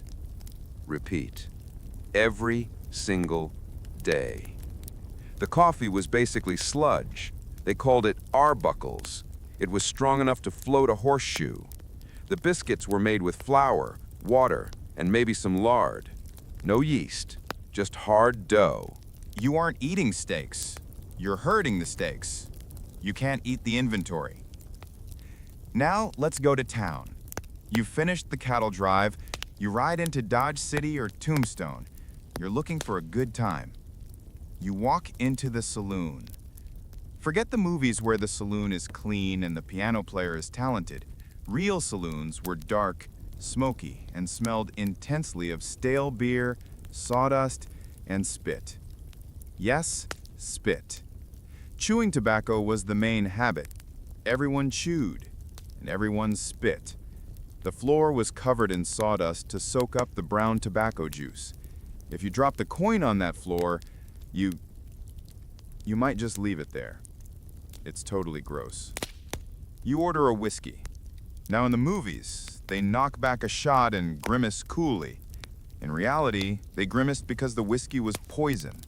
They called it coffin varnish. Distillers would cut the whiskey with anything to make it stretch. We're talking turpentine, ammonia, gunpowder, and even cayenne pepper to give it a kick. It burned because it was literally burning your esophagus. It was barely safe for human consumption. You drink your turpentine whiskey. You look around, you see the soiled doves, the women working the saloon. Life for them was tragic and hard, not glamorous. Everyone in the room is carrying a gun, but gunfights were actually rare. Why? Because ammo was expensive, and nobody wanted to die over a game of poker. Most towns actually had strict gun control laws. You had to check your guns at the sheriff's office when you entered town. The Wild West was actually pretty bureaucratic.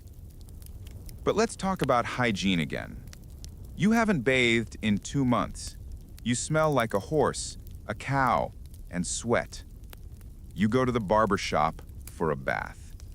You pay 50 cents, you get a wooden tub in the back room. But here's the catch. Water is scarce. Heating water takes firewood, which costs money. So if you want fresh water, you pay extra. If you're cheap, you get used water. You might be the 4th guy to use that bath water today. It's gray. It's floating with soap scum and hair. But it's wet. You scrub off the layers of trail dust. You check your clothes for lice. They called them seam squirrels. Soldiers and cowboys would boil their clothes to kill them, but they always came back. The itching was constant. And while you're at the barber, maybe you have a toothache. Remember, there are no dentists. The barber is your guy. He has a pair of pliers. He doesn't have Novocaine. He has whiskey. He tells you to open wide. He clamps onto the rotten tooth. He pulls. You scream. He pulls harder. The tooth cracks. It's a nightmare. People died from infected teeth all the time. If the infection went into your jaw, that was it.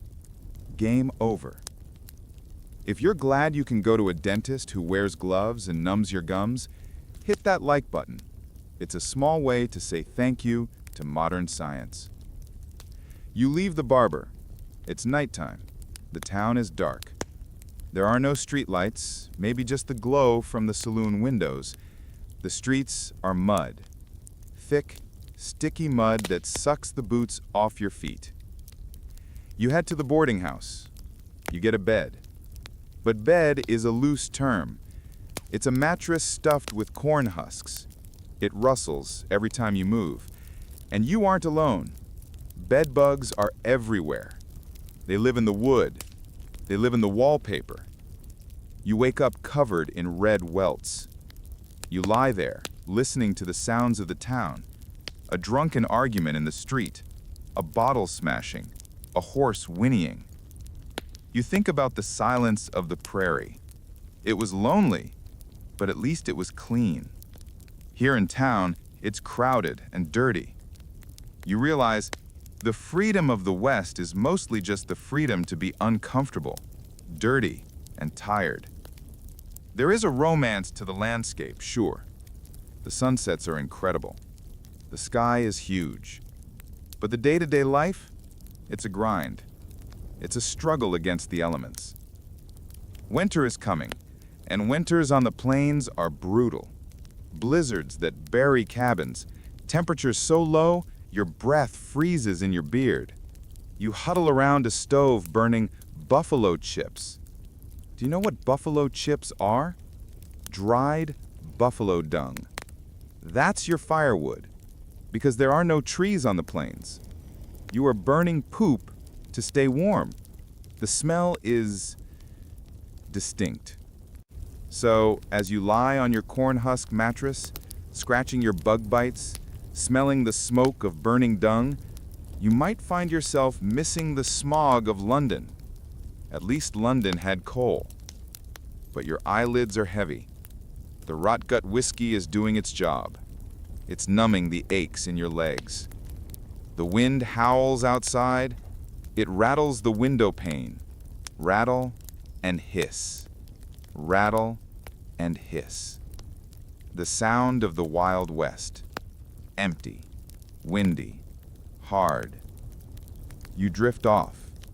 You dream of a world with paved roads, a world with indoor plumbing, a world where water comes out of a tap and it's clear.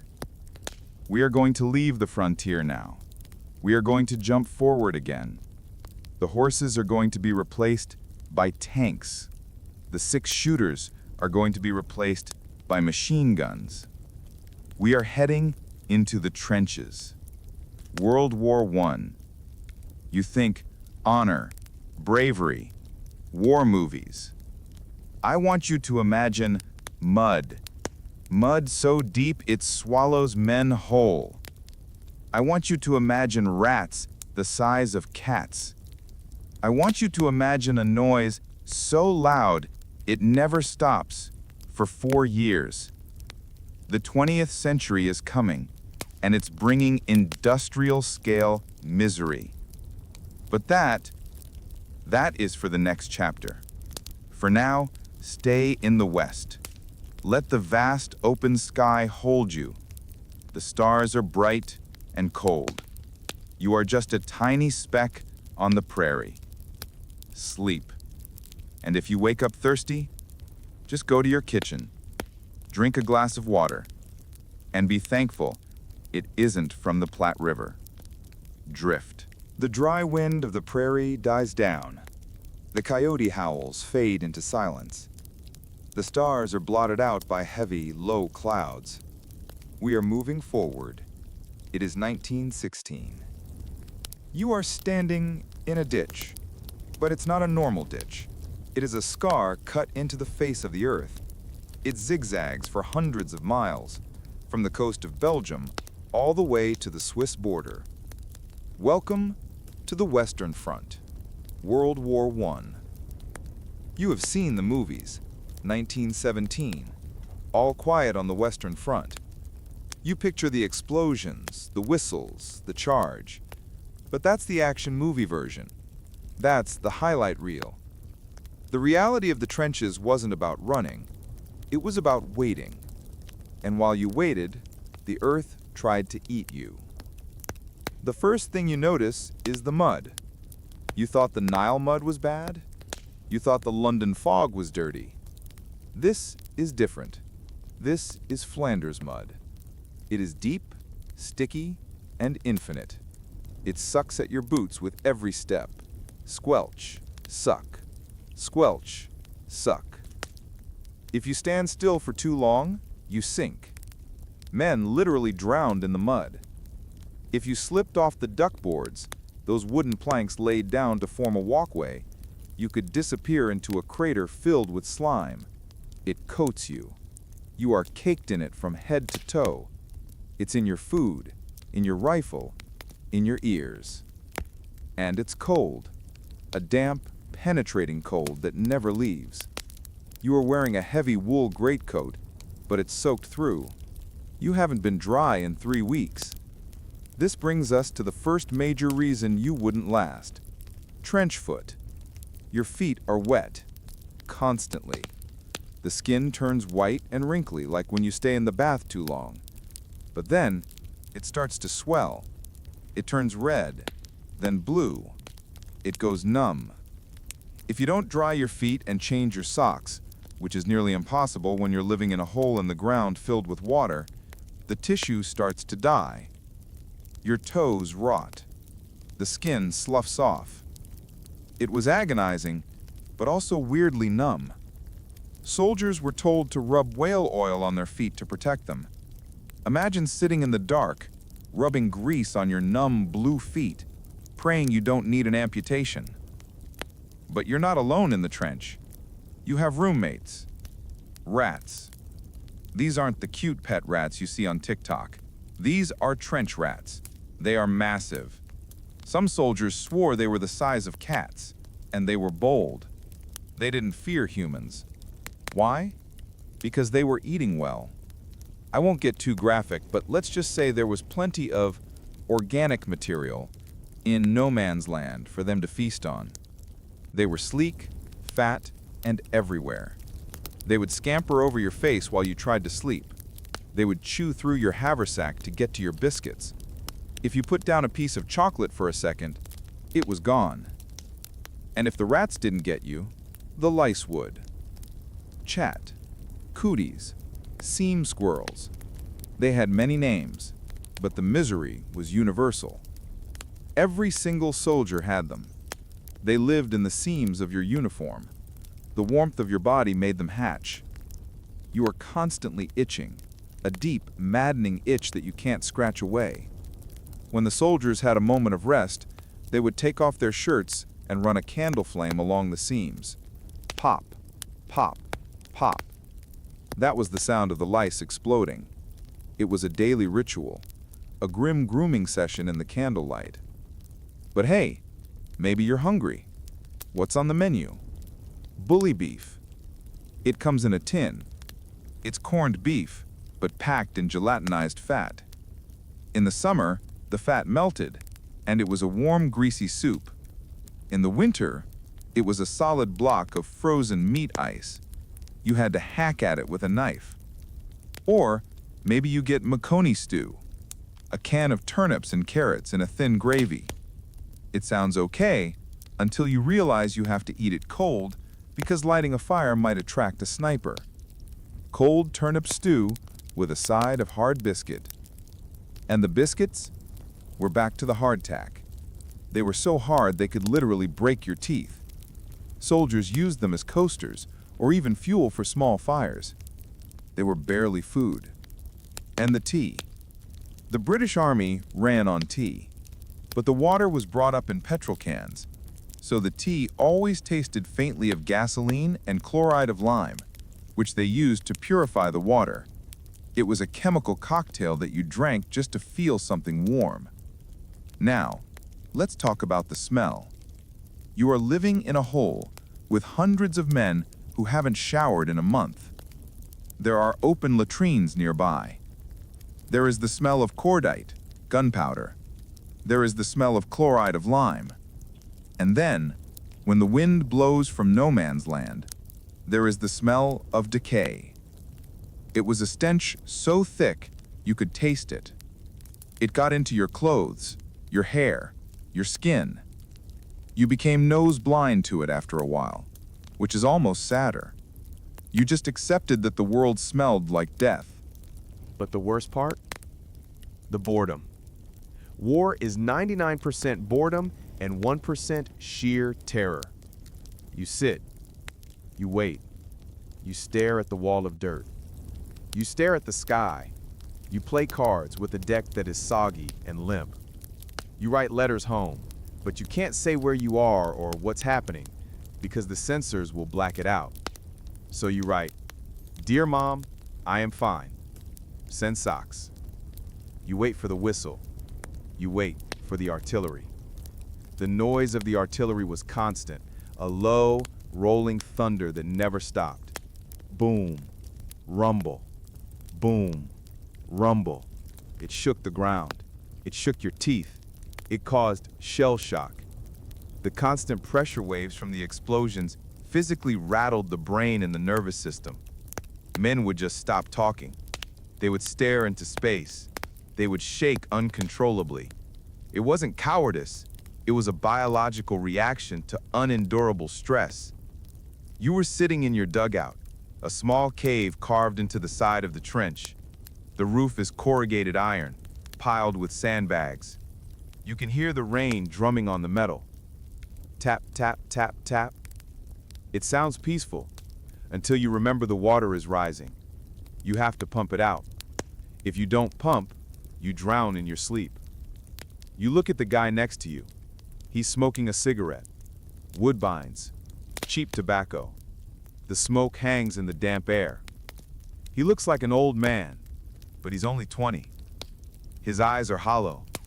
The 1,000-yard stare. You realize that heroism here isn't about charging a machine gun. It's about not losing your mind. It's about enduring the wet, the rats, the lice, and the fear, day after day after day. It's a total grind, a meat grinder. But it's nighttime now. The shelling has slowed down. It's the stand to. You have to stand on the fire step, looking out into the darkness, guarding against a raid. You look over the parapet. No man's land is a wasteland of craters, barbed wire, and tree stumps that look like broken teeth. A flare goes up, a very light.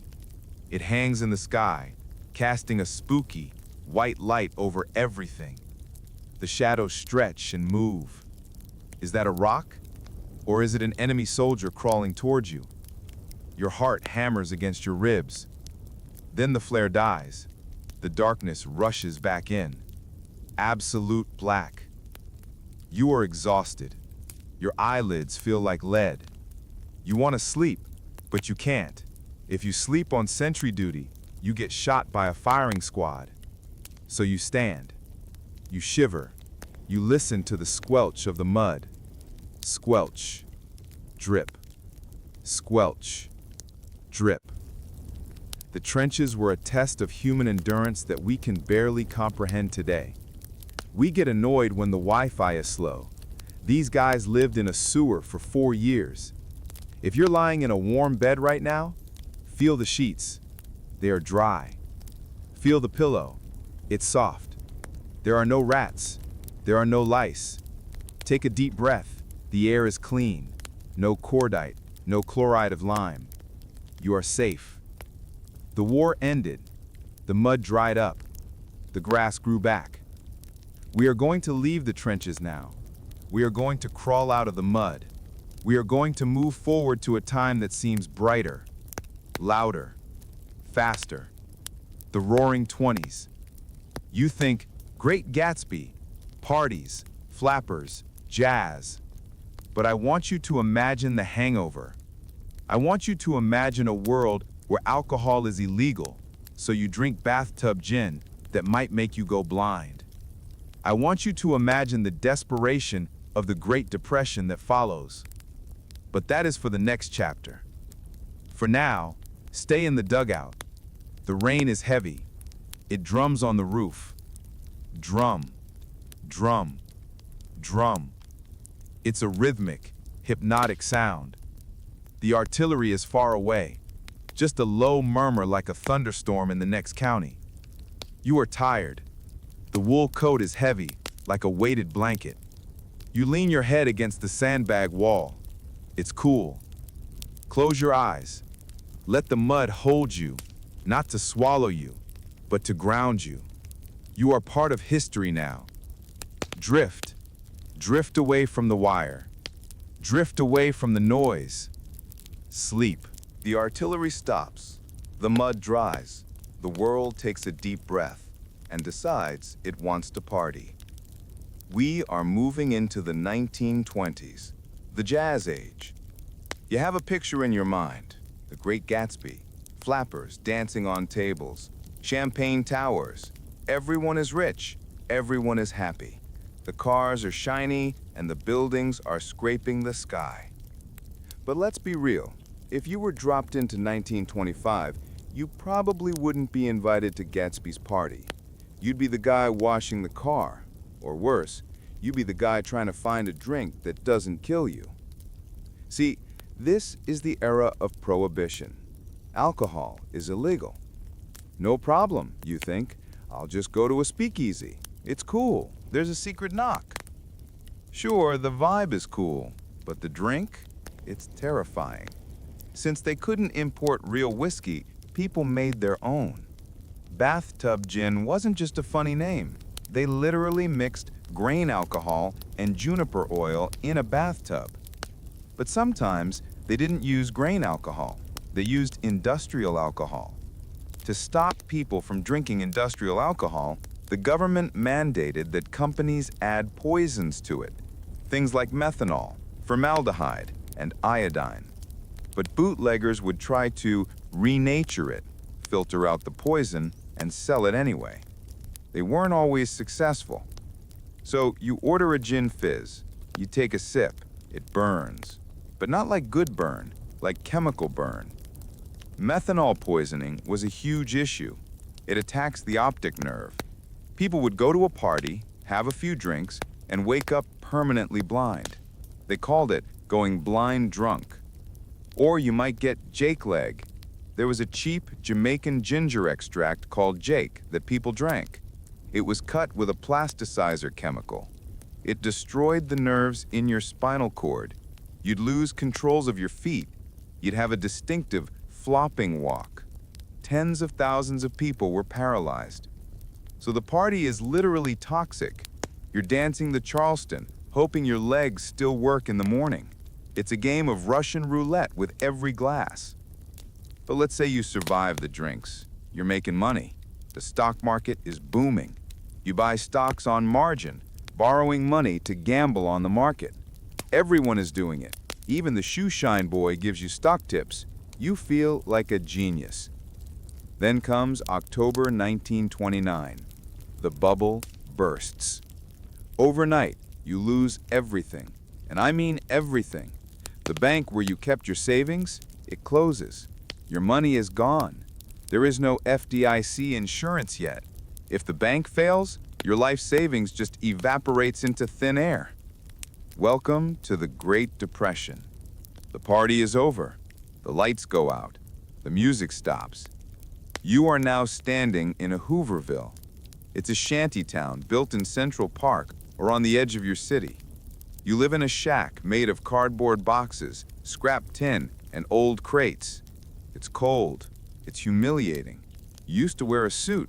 Now you wear Hoover leather, cardboard placed inside your shoes to cover the holes in the soles. But if you think being poor in the city is bad, let's take a trip to the countryside, to the heartland. Welcome to the Dust Bowl. This is arguably the most physically uncomfortable place in American history. Due to bad farming practices and a massive drought, the topsoil of the Great Plains just blew away. You look at the horizon, you see a black wall. It looks like a mountain range moving towards you. It's a black blizzard, a cloud of dust a mile high, moving at 60 miles an hour. You run inside your farmhouse. You stuff wet rags around the windows and under the doors. You tape up the cracks. But it doesn't matter. The dust is like water.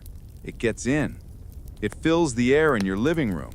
You can't see the person standing next to you. You have to tie a handkerchief over your face just to breathe in your own house. You eat dinner with the plates upside down until the last second so they don't get covered in grit. You chew the dust. You drink the dust. When you wake up in the morning, there is a silhouette of your head on the pillow where the dust settled around you. And it's not just annoying, it's deadly. Dust pneumonia. The silica in the dust shreds your lungs. People, especially children and the elderly, literally suffocated on the dirt. You are coughing up mud. And the static electricity? The dust storms generated so much static that if you touched the metal fence, it could knock you down.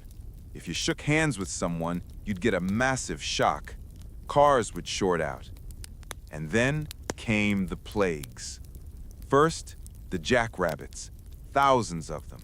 They came out of the hills looking for food. They ate everything. They ate the fence posts. Then came the grasshoppers, clouds of them so thick they blocked out the sun. They ate the crops, the clothes off the line, and even the wooden handles of the shovels. It sounds like biblical apocalypse stuff, but it was just Tuesday in Oklahoma. So you decide to leave. You can't stay here. You pack your jalopy, an old car that barely runs. You tie your mattress to the roof. You head west to California, the land of milk and honey. But you aren't alone. You are part of a caravan of misery. And when you get to the California border, they don't welcome you. They have checkpoints. They call you Okies. They tell you to go back. They beat you up. They burn your camp. You realize that there is no milk and honey. There is just more work, picking peaches for pennies a day, sleeping in a ditch. It's a grind, a dusty, hungry, desperate grind. If you're grateful for your job, even if it's boring, and your grocery store full of food, go ahead and hit that like button. It helps us keep the dust off the lens. But maybe you don't have a car. Maybe you're alone. You become a hobo. Now, hobos make cartoons look kind of fun. A guy with a bindle stick, eating beans, riding a train, a free spirit. The reality? It was terrifying. You are riding the rails. You jump onto a moving freight train. If you miss the ladder, you fall under the wheels. Thousands of people lost their legs or their lives just trying to catch a ride. Once you're on the train, you hide in a boxcar. It's freezing at night. Or maybe you have to ride on the rods, the metal truss bars underneath the train car, inches above the tracks. If you fall asleep, you die. And you have to watch out for the bulls. These are the railroad police. They weren't there to give you a ticket. They were there to beat you. They carried wooden clubs, and they used them. They would throw you off a moving train in the middle of nowhere. You live in jungles, hobo camps near the tracks. You share a pot of mulligan stew, which is basically whatever scraps everyone found that day thrown into boiling water. Maybe a stolen chicken, maybe a potato, maybe just old vegetables. You have a code. You mark fences with symbols to tell other hobos what to expect. A cat means a kind lady lives here. A triangle means danger, man with a gun. You are living in a secret society of survival. You have no address. no insurance, no safety net. You are drifting through a country that is broken. But amidst the dust and the hunger, there is the radio. This is the golden age of radio. In the evening, if you can find a working set, you gather around it. You listen to The Shadow or a baseball game. For an hour, you aren't hungry. You are transported.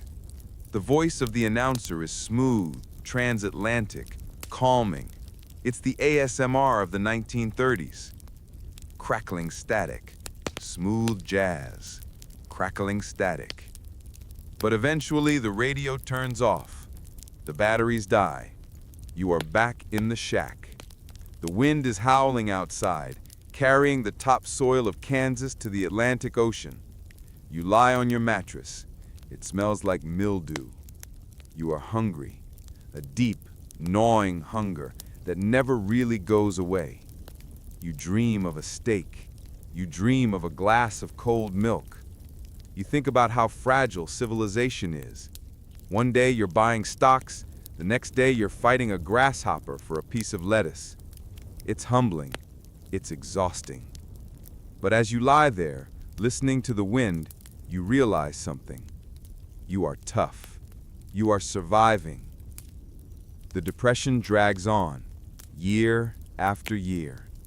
But then, a rumble starts. Not the rumble of a stomach, the rumble of industry. Far away, across the ocean, trouble is brewing again. The factories are starting to open up, but they aren't making cars anymore. They are making tanks. They are making planes. The world is about to catch fire.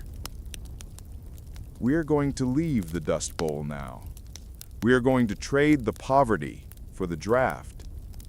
We are heading into the 1940s. World War II. You think. Just Cause. Victory. Black and white movies. I want you to imagine the boredom of a troop transport ship. I want you to imagine the jungle rot of the Pacific. I want you to imagine a cold so deep in the Battle of the Bulge that your coffee freezes before you can drink it. But that is for the next chapter. For now, stay in the 1930s. Let the static of the radio soothe you. The dust is settling for the night. The wind has died down.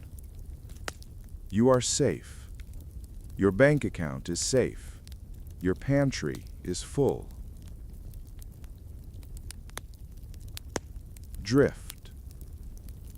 Drift past the shanty towns. Drift past the freight trains.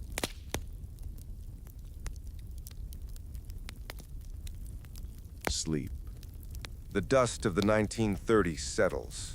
The wind dies down.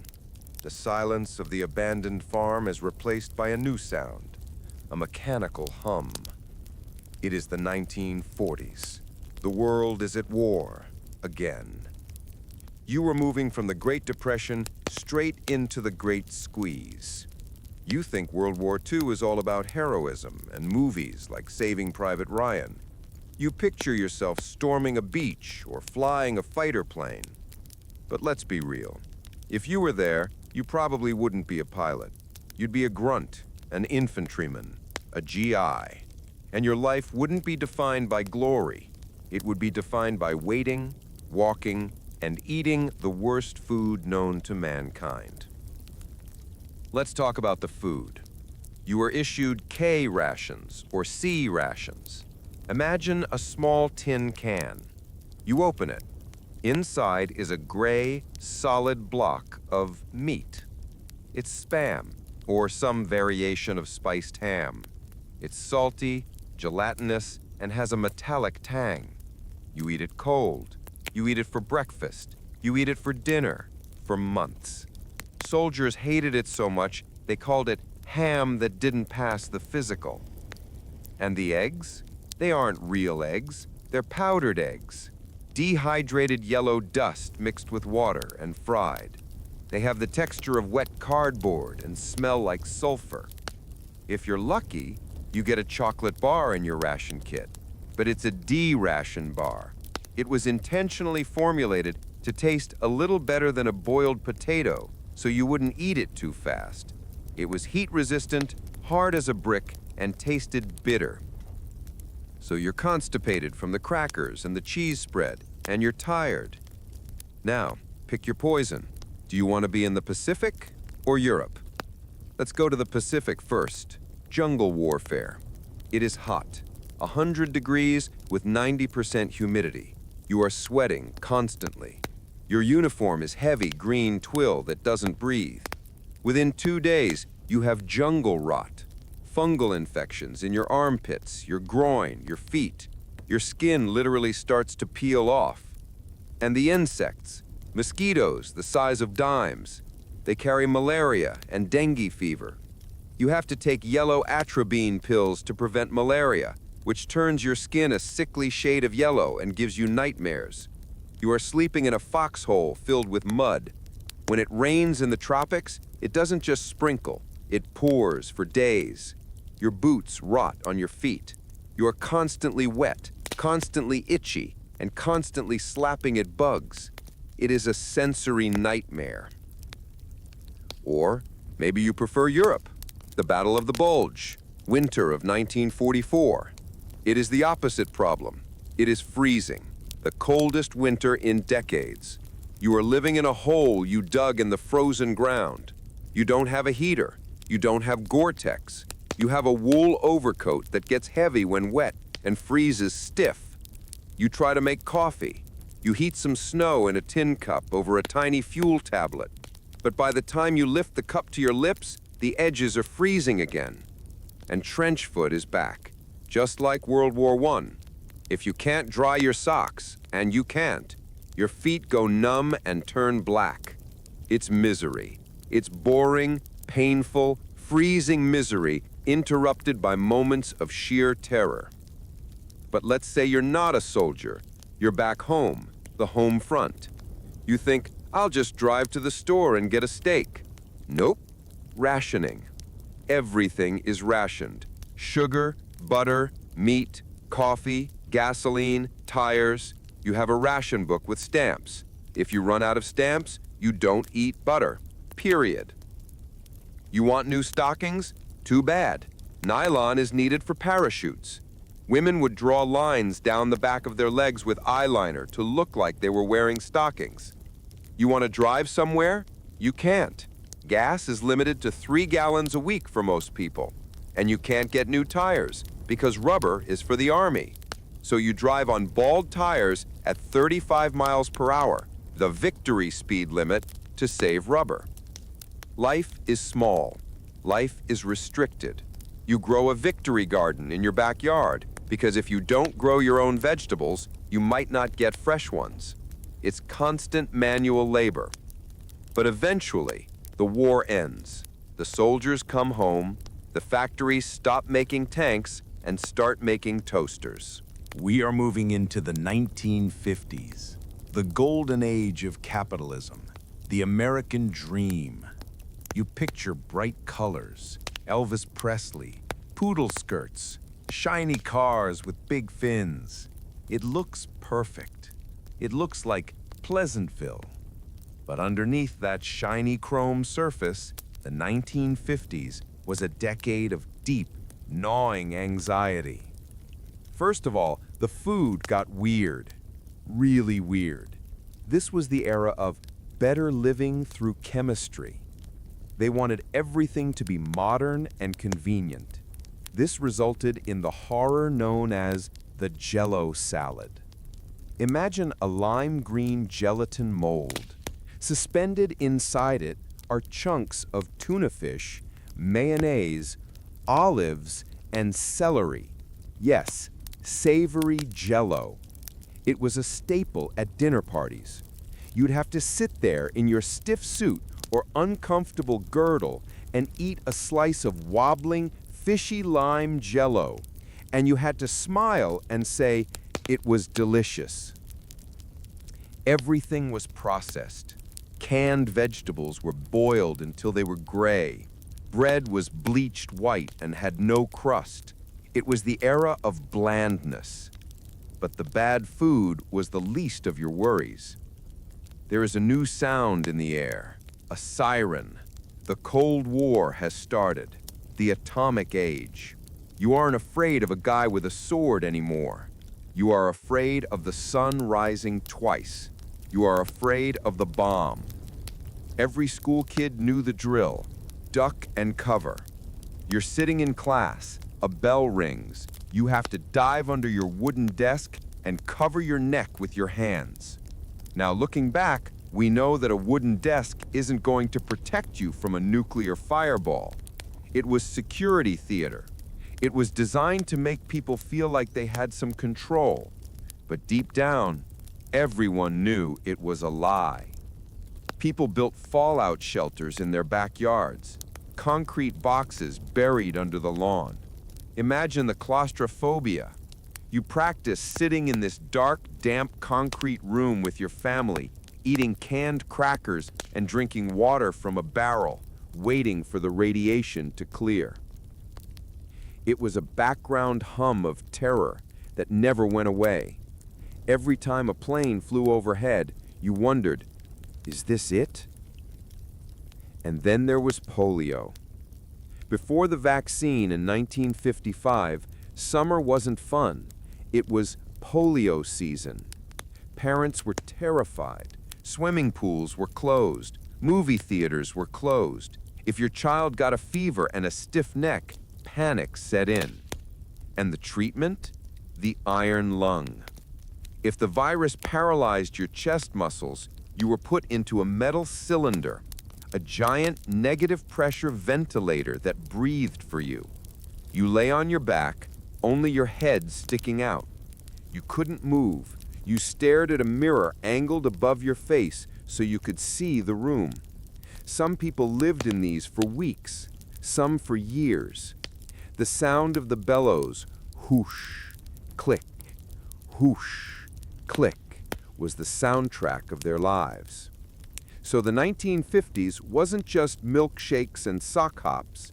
It was paralyzed children, nuclear nightmares, and tuna jello.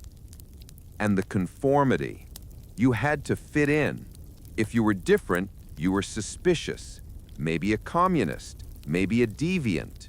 You had to have the perfect lawn, the perfect car, the perfect smile. It was exhausting.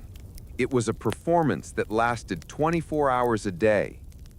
If you enjoy the freedom to be weird, to dye your hair blue, to eat tacos instead of meatloaf, and to not worry about the KGB watching your house, hit that subscribe button.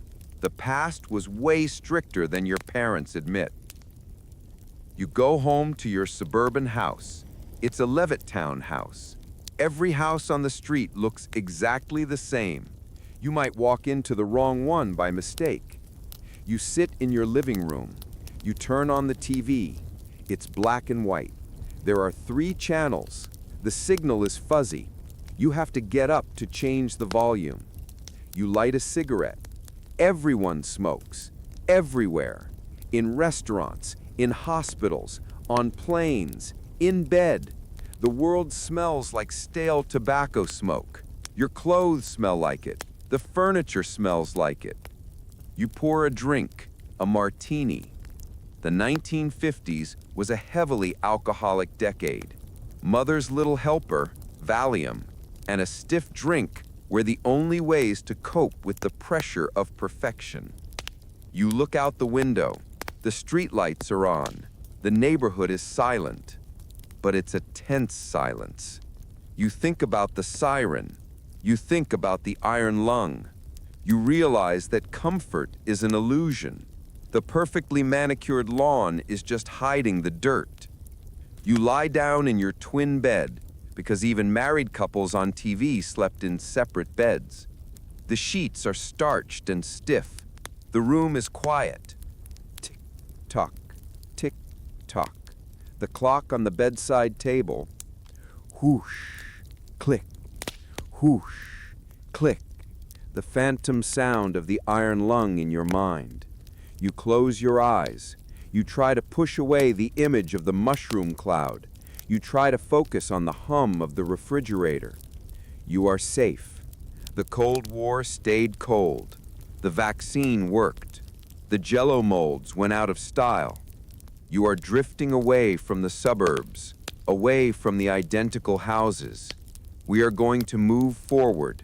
The black and white world is about to explode into Technicolor. The 1960s are coming. The generation that grew up ducking and covering is about to rebel. They are going to grow their hair long. They are going to invent rock and roll. They are going to walk on the moon. But they are also going to have some really, really bad trips. And the clothes? Polyester. So much polyester. It doesn't breathe. It just melts. But that is a story for the next dream. For now, stay in the 50s. The black and white static of the TV is fading. The smoke is clearing. Sleep. Drift past the picket fences. Drift past the chrome bumpers. You are safe in the future. The black and white TV flickers off. The siren of the air raid drill fades. We are waking up in a new world, the 1960s. You think, finally, the fun part. Woodstock, the summer of love, Jimi Hendrix.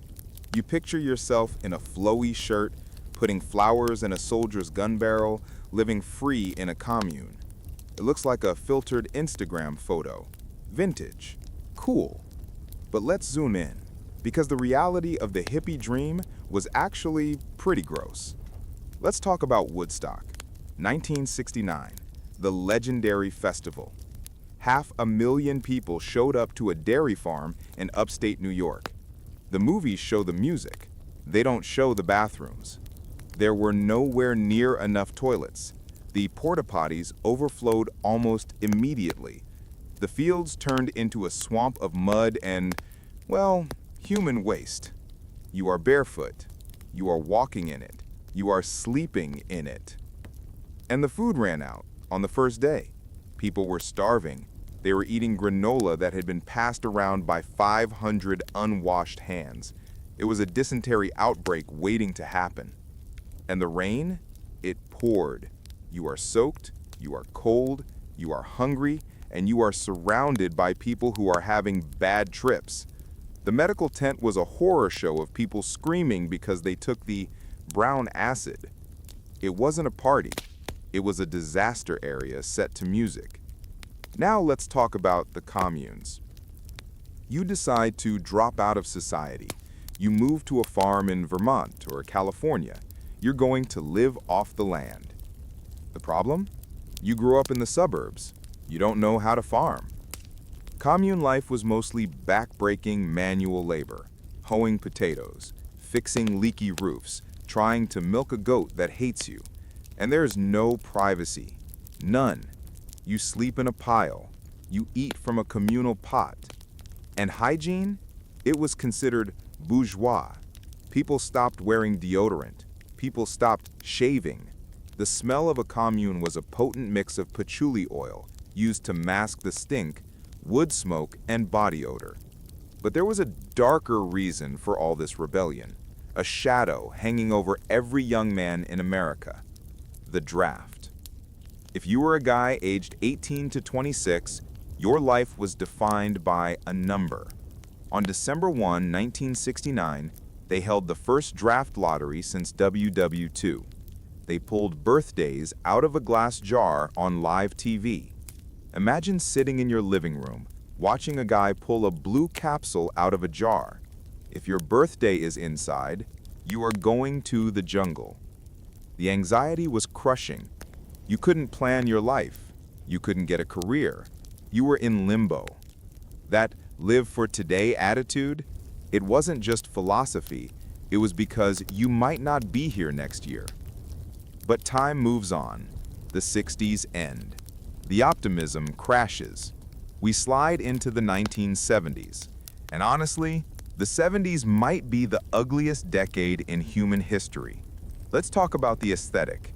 Everything turned brown, orange, and avocado green. Why? Who knows?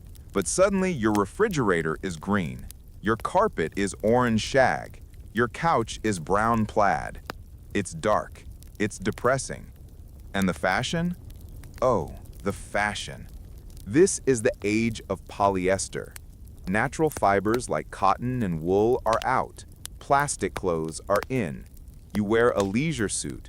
It looks sharp, maybe, but have you ever worn 100% polyester on a hot day? It doesn't breathe at all. It traps your heat. It traps your sweat. You are basically walking around in a Ziploc bag, and it itches. It has a weird chemical texture. And the static cling? The 70s were a decade of sparks. Your pants would cling to your legs, your hair would stand on end. You were a walking fire hazard. If you were wearing a soft cotton t-shirt right now, hit that like button. You have no idea how lucky you are. But the real nightmare of the 70s wasn't the clothes. It was the gas. The oil crisis. Suddenly, gas is scarce. The price quadruples. But it's not just expensive. You literally can't find it. You have to wait in line for hours. Imagine getting up at 4 a.m. to sit in your massive gas-guzzling station wagon. You inch forward, you wait 3 hours, you finally get to the pump, and the attendant puts a sign up. No gas. They instituted rationing. If your license plate ended in an odd number, you could only buy gas on odd days. Even number? Even days. It was a decade of waiting, staring at the bumper of the car in front of you, smelling the exhaust fumes. And the cars were terrible. The American auto industry was churning out lemons. The Ford Pinto literally exploded if you rear-ended it.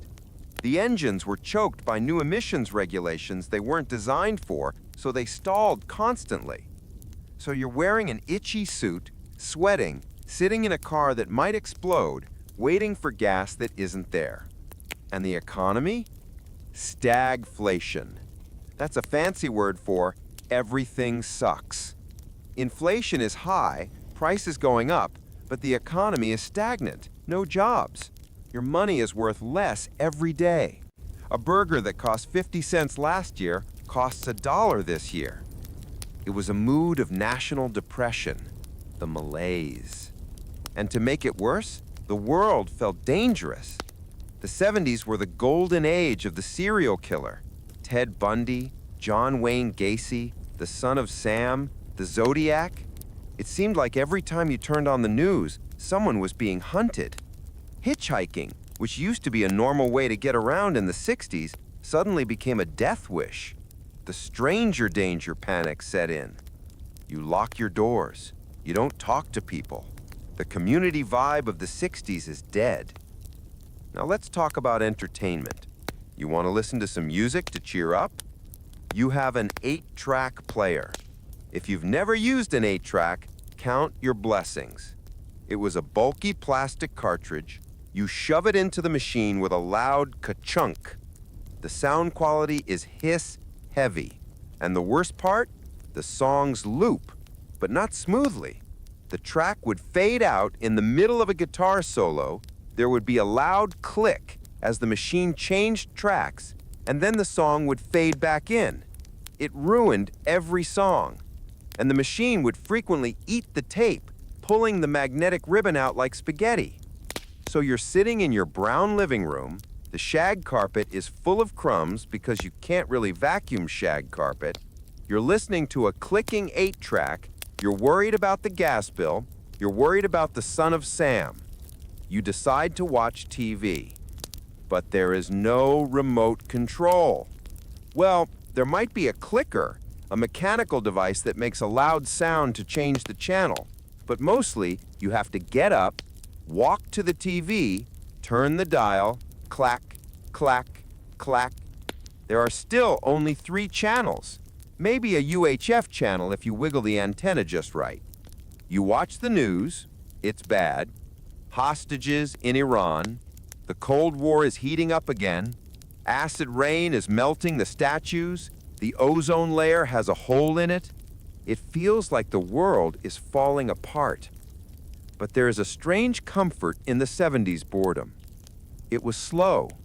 There were no cell phones, no internet.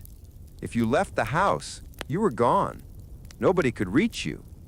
You could disappear for a few hours. You lie down on the orange couch. The fabric is scratchy. It smells like stale cigarettes because, again, everyone is still smoking. You look at the wood paneling on the walls. Fake wood. Vinyl. It's ugly, but it's solid. Click. Whir. The sound of the 8-track changing programs. Clack. Clack. The sound of the TV dial. You close your eyes. You let the beige and brown world fade away. The anxiety of the draft is gone. The gas lines are gone. You are safe. You don't have to wear polyester. You have breathable fabrics. You have streaming music that doesn't click in the middle of the chorus. We are going to leave the malaise behind. We are moving forward. The tempo is about to speed up. The computers are coming. The 1980s and 90s. You think neon, arcades, the internet. But I want you to imagine the frustration of a dial-up modem. I want you to imagine the glare of a CRT monitor giving you a migraine. I want you to imagine the soul-crushing boredom of the office cubicle. The modern world is arriving, and it brings new kinds of torture. But that is for the next chapter. For now, stay in the 70s. Let the static of the TV lull you. Sleep. Drift past the gas station. Drift past the disco. You are safe. The orange shag carpet of the 70s fades away. The smell of stale cigarettes lingers, but it's being replaced by a new smell. Ozone, plastic, static electricity. We are moving into the 1980s and 90s. You think, finally, video games, MTV, the internet. This is the good part. Well, hold on. Because before the internet was a smooth and visible river of information, it was a rocky, jagged dirt road. And the world you lived in wasn't a neon paradise. It was gray. Welcome to the age of the cubicle. You wake up. You put on a power suit with massive shoulder pads. You look like a linebacker. You head to work. You walk into the office. It is a sea of gray fabric walls. The farm. The cubicle was invented to give people privacy, but it actually just isolated everyone while letting you hear everything. You sit in your fabric box. You can hear the guy next to you chewing his gum. Smack, smack, smack. You can hear the lady across the aisle typing. Clack, clack, clack. And the lights. Fluorescent tubes buzzing overhead. They flicker, just slightly. A subliminal strobe light that gives you a low-grade headache by 11 a.m. The light is sickly yellow-white. It drains the color out of your skin. You sit down at your computer. It's massive, a beige box the size of a suitcase. The monitor is a CRT, cathode ray tube. It's deep, heavy, and it emits a high-pitched whine that only young people and dogs can hear. You turn it on. It hums, it warms up. The screen glows green or amber. There is no mouse. Or if there is one, it's a ball mouse, and the ball is clogged with lint, so it skips. You have to type commands. C, colon, backslash, DOS. If you make a mistake, bad command or file name. The computer is yelling at you. And if you want to save your work, you need a floppy disk.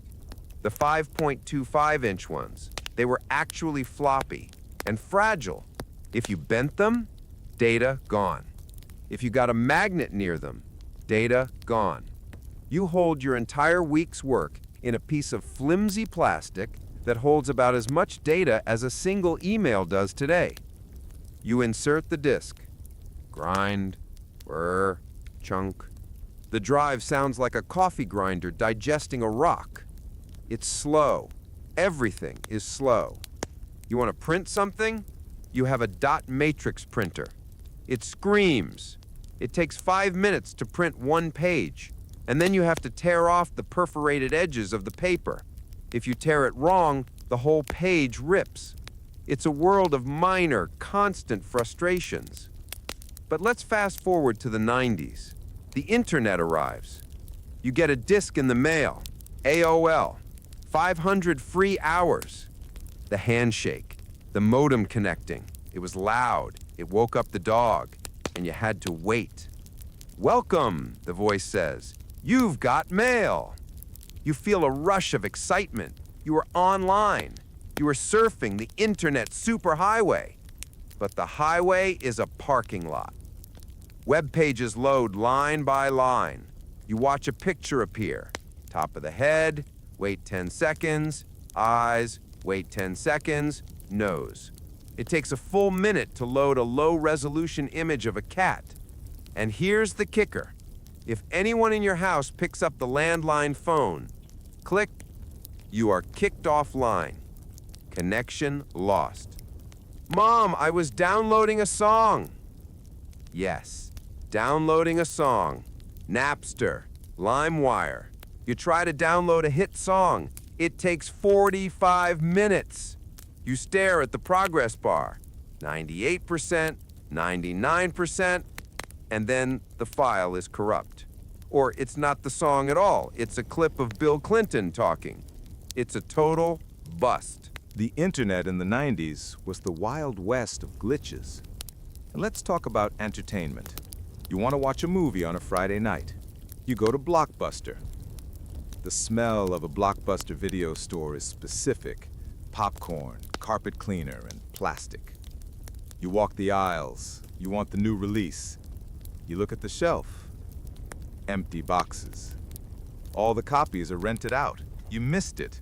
You have to settle for a movie you've already seen. You take the VHS tape home. You put it in the VCR.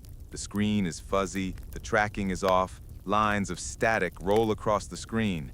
You have to get up and turn a little dial until the picture stabilizes. And then the movie ends, and you have to rewind it. If you don't rewind it, you get fined. Be kind, rewind. You sit there for 5 minutes, listening to the VCR whir as the tape spins back. It's a physical process. Everything requires effort.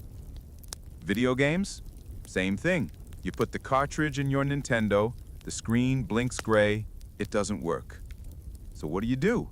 You take it out, you blow into the cartridge. Now science tells us that the moisture in your breath actually corroded the copper contacts and made it worse. But we didn't know that. We blew into those games like we were playing the trumpet. And magically, it worked. It was a ritual. We were the shamans of technology, fixing our machines with breath and hope. But then, as the 90s came to a close, a new fear emerged. A fear so specific, so technical it sounds ridiculous now. Y2K, the Millennium Bug. The theory was simple. Computers had been programmed with 2-digit years, 98, 99. When the clock struck midnight on December 31st, 1999, the computers would think it was the year 1900. Experts said banks would fail, power grids would shut down, planes would fall out of the sky, toasters might attack you. Okay, not the toasters, but people were panicking. People stockpiled water, people bought generators, people took all their cash out of the bank. New Year's Eve, 1999. The biggest party in 1,000 years. Prince told us to party like it's 1999, and we did. But underneath the glitter glasses and the champagne, everyone was watching the clock. 11:59:50. 11:59:55. You hold your breath. Is the grid going down? Is civilization ending? Happy New Year! And nothing happened. The lights stayed on, the ATMs worked, the planes kept flying. It was the biggest anticlimax in history. We stressed for a year about a computer glitch that turned out to be a whole lot of nothing. You wake up on January 1st, 2000. The 90s are over. You have a headache from the cheap champagne. You look at your computer. It's still a beige box. It still hums. You realize that technology hasn't saved us from boredom. It just gave us new ways to be bored. Now, instead of staring at a wall, we stare at a screensaver. Pipes moving in 3D, flying toasters. It's hypnotic. Whoosh, whoosh. The sound of the computer fan. It's a white noise machine. You sit in your ergonomic chair, which isn't actually ergonomic. You check your pager. No pages. You check your giant brick-sized cell phone. No signal. You are unreachable. There is a peace in that. A peace we have lost today. You are safe in the slow lane. The modem is screeching, singing you the song of its people. It's a lullaby for the digital age. We're going to stop moving forward in time now. We have reached the edge of the modern world. The timeline is closing. But we aren't done with the horror. Oh no. We have skipped over some things, some deep, dark corners of history that we need to revisit. Specific nightmares that defy the timeline. We are going to go back, way back. We are going to visit the doctor. But not a modern doctor. We are going to a time before anesthesia. Imagine needing surgery in 1840. Imagine being awake. This is the scariest part of the journey, and also the most grateful you will ever be for a needle. But that is for the next chapter. For now, just look at the screensaver. The flying toasters flapping their wings. Flap, flap, flap. The hum of the hard drive. Hum, hum, hum. You are safe. Your internet is fast. Your phone is smart. And you never ever have to be kind and rewind. Sleep. We have traveled through thousands of years of history. We've seen the mud of the trenches and the dust of the frontier. We've smelled the Thames and the Great Depression. But there is one place we haven't gone. A place that terrified our ancestors more than the battlefield, more than the sea. The hospital. Specifically, the operating theater before 1846. You see, for the vast majority of human history, surgery was a race against pain.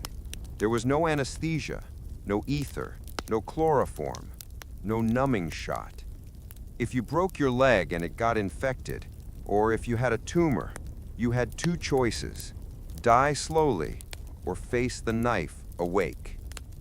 Let's imagine you're there. It's London, 1840. You are being carried into a room. It's not a sterile white room with beeping machines. It looks like a lecture hall. There are rows of wooden seats rising up in a semicircle, and the seats are full.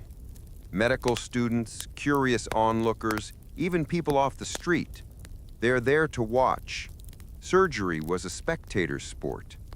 They're smoking pipes. They're chatting. They're betting on whether you will survive. In the center of the room is a wooden table. It has leather straps. It is stained. Dark, old stains that have soaked into the wood. Underneath the table, there is a box of sawdust. Do you know what the sawdust is for?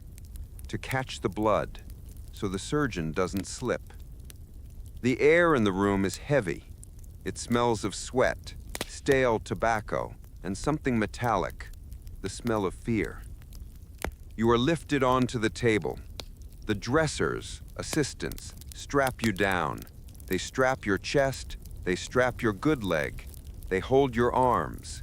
These aren't nurses, they are bouncers. Their job is to keep you from thrashing when the cutting starts. You look up. You see the surgeon. He isn't wearing scrubs. He is wearing a frock coat, a stiff, formal coat that he has worn for years. It is stiff because it is covered in bloodied blood and pus from hundreds of previous operations. Back then, a bloody coat was a status symbol. It showed you were busy. It showed you were experienced. He hasn't washed it. He hasn't washed his hands. He probably just came from an autopsy on a corpse and didn't even rinse his fingers. He rolls up his sleeves. He picks up a knife. He wipes it on his thigh to clean it. He looks at the crowd. He pulls out a pocket watch. "Time me, gentlemen," he says. Speed was everything. Since there was no pain control, the only kindness a surgeon could offer was to be fast. The best surgeons could amputate a leg in under 3 minutes. Robert Liston, the most famous surgeon of the era, was known as the fastest knife in the West End. He could take a leg off in 28 seconds. He moved so fast that once he accidentally cut off his assistant's fingers along with the patient's leg. But you aren't thinking about records.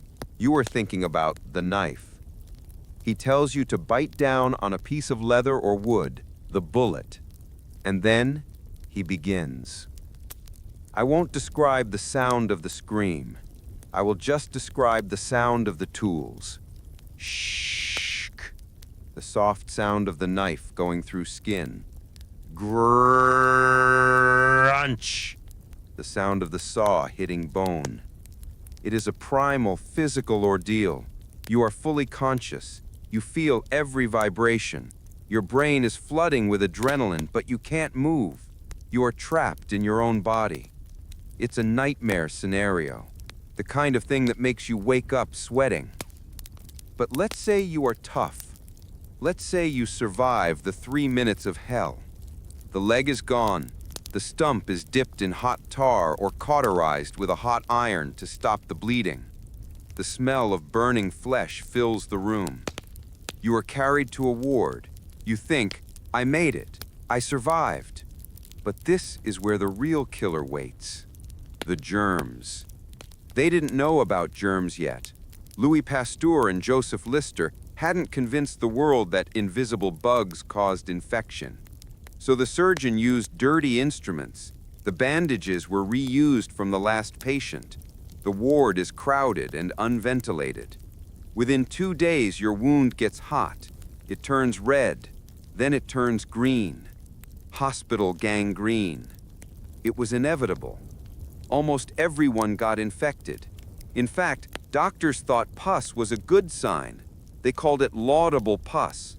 They thought it meant the body was healing. They were wrong. It meant the body was rotting. You lie in a bed next to 20 other people who are also rotting. The smell in the ward is unbearable. They called it the good old surgical stink. It was a mix of rotting flesh, sweat, and despair. If you got a compound fracture, where the bone sticks out in the 1840s, your chance of death was about 60%. You were basically flipping a coin with the Grim Reaper. And remember, there are no painkillers for the recovery either. Maybe some laudanum, opium dissolved in alcohol, if you were rich, but mostly just grit and whiskey. You lie there, burning with fever, listening to the church bells toll for the guy in the bed next to you. It makes a root canal seem like a birthday party, doesn't it? If you have ever had surgery and woke up groggy but painless in a clean white room, this is the time to be incredibly, deeply grateful. You are living in the magical future where we can turn off pain. Now, let's go a little deeper into the weirdness of pre-modern medicine. Before they figured out anatomy, cures were creative. Did you know they used to blow tobacco smoke up your backside? It's true. In the 1700s, tobacco smoke enemas were a standard treatment for drowning victims. They thought the smoke would warm up the person from the inside and stimulate their heart. They literally had kits along the River Thames with bellows and pipes for this exact purpose. So imagine you almost drown. You are dragged onto the shore, coughing, half dead, and the lifeguard runs over, not with CPR, but with a pipe and a bag of tobacco. Hold still, this will fix you. It's horrifying and hilarious, but mostly horrifying. Or let's talk about mummy powder. For centuries, Europeans believed that ground-up ancient Egyptian mummies were a cure-all. They ate them. Rich people would buy pieces of mummies, grind them into a powder, and mix them with wine. They thought it cured headaches, stomach aches, and even the plague. So not only did they desecrate ancient tombs, but they were also cannibals. They were eating people, old, dried-up, asphalt-covered people. It was a corpse medicine craze. They also drank the blood of executed criminals. If you went to a beheading in Denmark, you might see people running up with cups to catch the blood. They thought it contained the vital life force. It's totally sketchy. It's a hard pass. You are lying in your bed in the 1840s hospital. The fever is breaking. You are one of the lucky ones. You are going to live. But you look around the ward. The shadows are long. The nurse is walking by with a candle. The nurse isn't Florence Nightingale. This is before her time.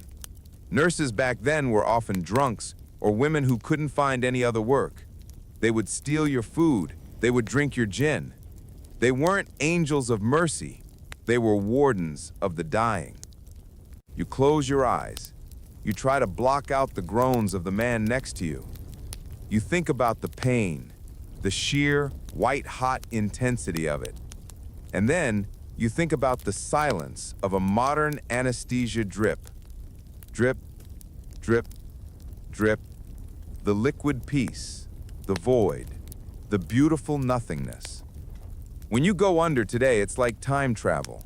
You count backwards from 10, 9, 8, and then you wake up, and it's over. You skip the trauma. You have a superpower that kings and emperors never had. You can skip the pain. So relax your muscles. Unclench your jaw. You don't have to bite the leather. You don't have to hold still for the knife. You are safe. Your body is whole. Your sheets are clean. There is no sawdust on the floor. Let the horror of the operating theater fade away.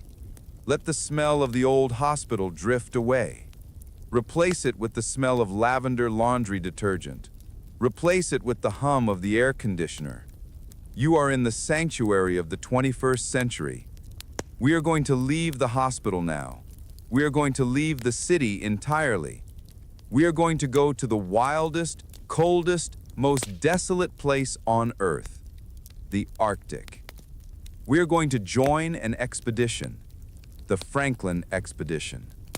You think exploration, adventure, naming glaciers. I want you to imagine a ship frozen in ice for 2 years. I want you to imagine the canned food going bad, lead poisoning again. I want you to imagine the madness of the long, dark winter night that lasts for months. It is a cold that freezes your thoughts. But that is for the next chapter. For now, just enjoy the warmth of your blankets. You aren't feverish. You are just cozy. The doctor has left the building. The show is over. Sleep. Changes instantly. It becomes crisp, sharp. It hurts to breathe in. We are going to the top of the world, the Arctic Circle. 1845. You are standing on the deck of the HMS Erebus. Beside you is the HMS Terror. These are the crown jewels of the British Navy. They are the space shuttles of the 19th century. They have steam engines, reinforced hulls, and enough food to last for 3 years. They are looking for the Northwest Passage, a shortcut from Europe to Asia over the top of Canada. You think this is going to be an adventure. We're going to map the unknown. We're going to be heroes. But you aren't going to be heroes. You are going to be ghosts. Because the Arctic doesn't care about your steam engines. It doesn't care about your flag. It just waits. The first thing you notice is the light. Or rather, the lack of it.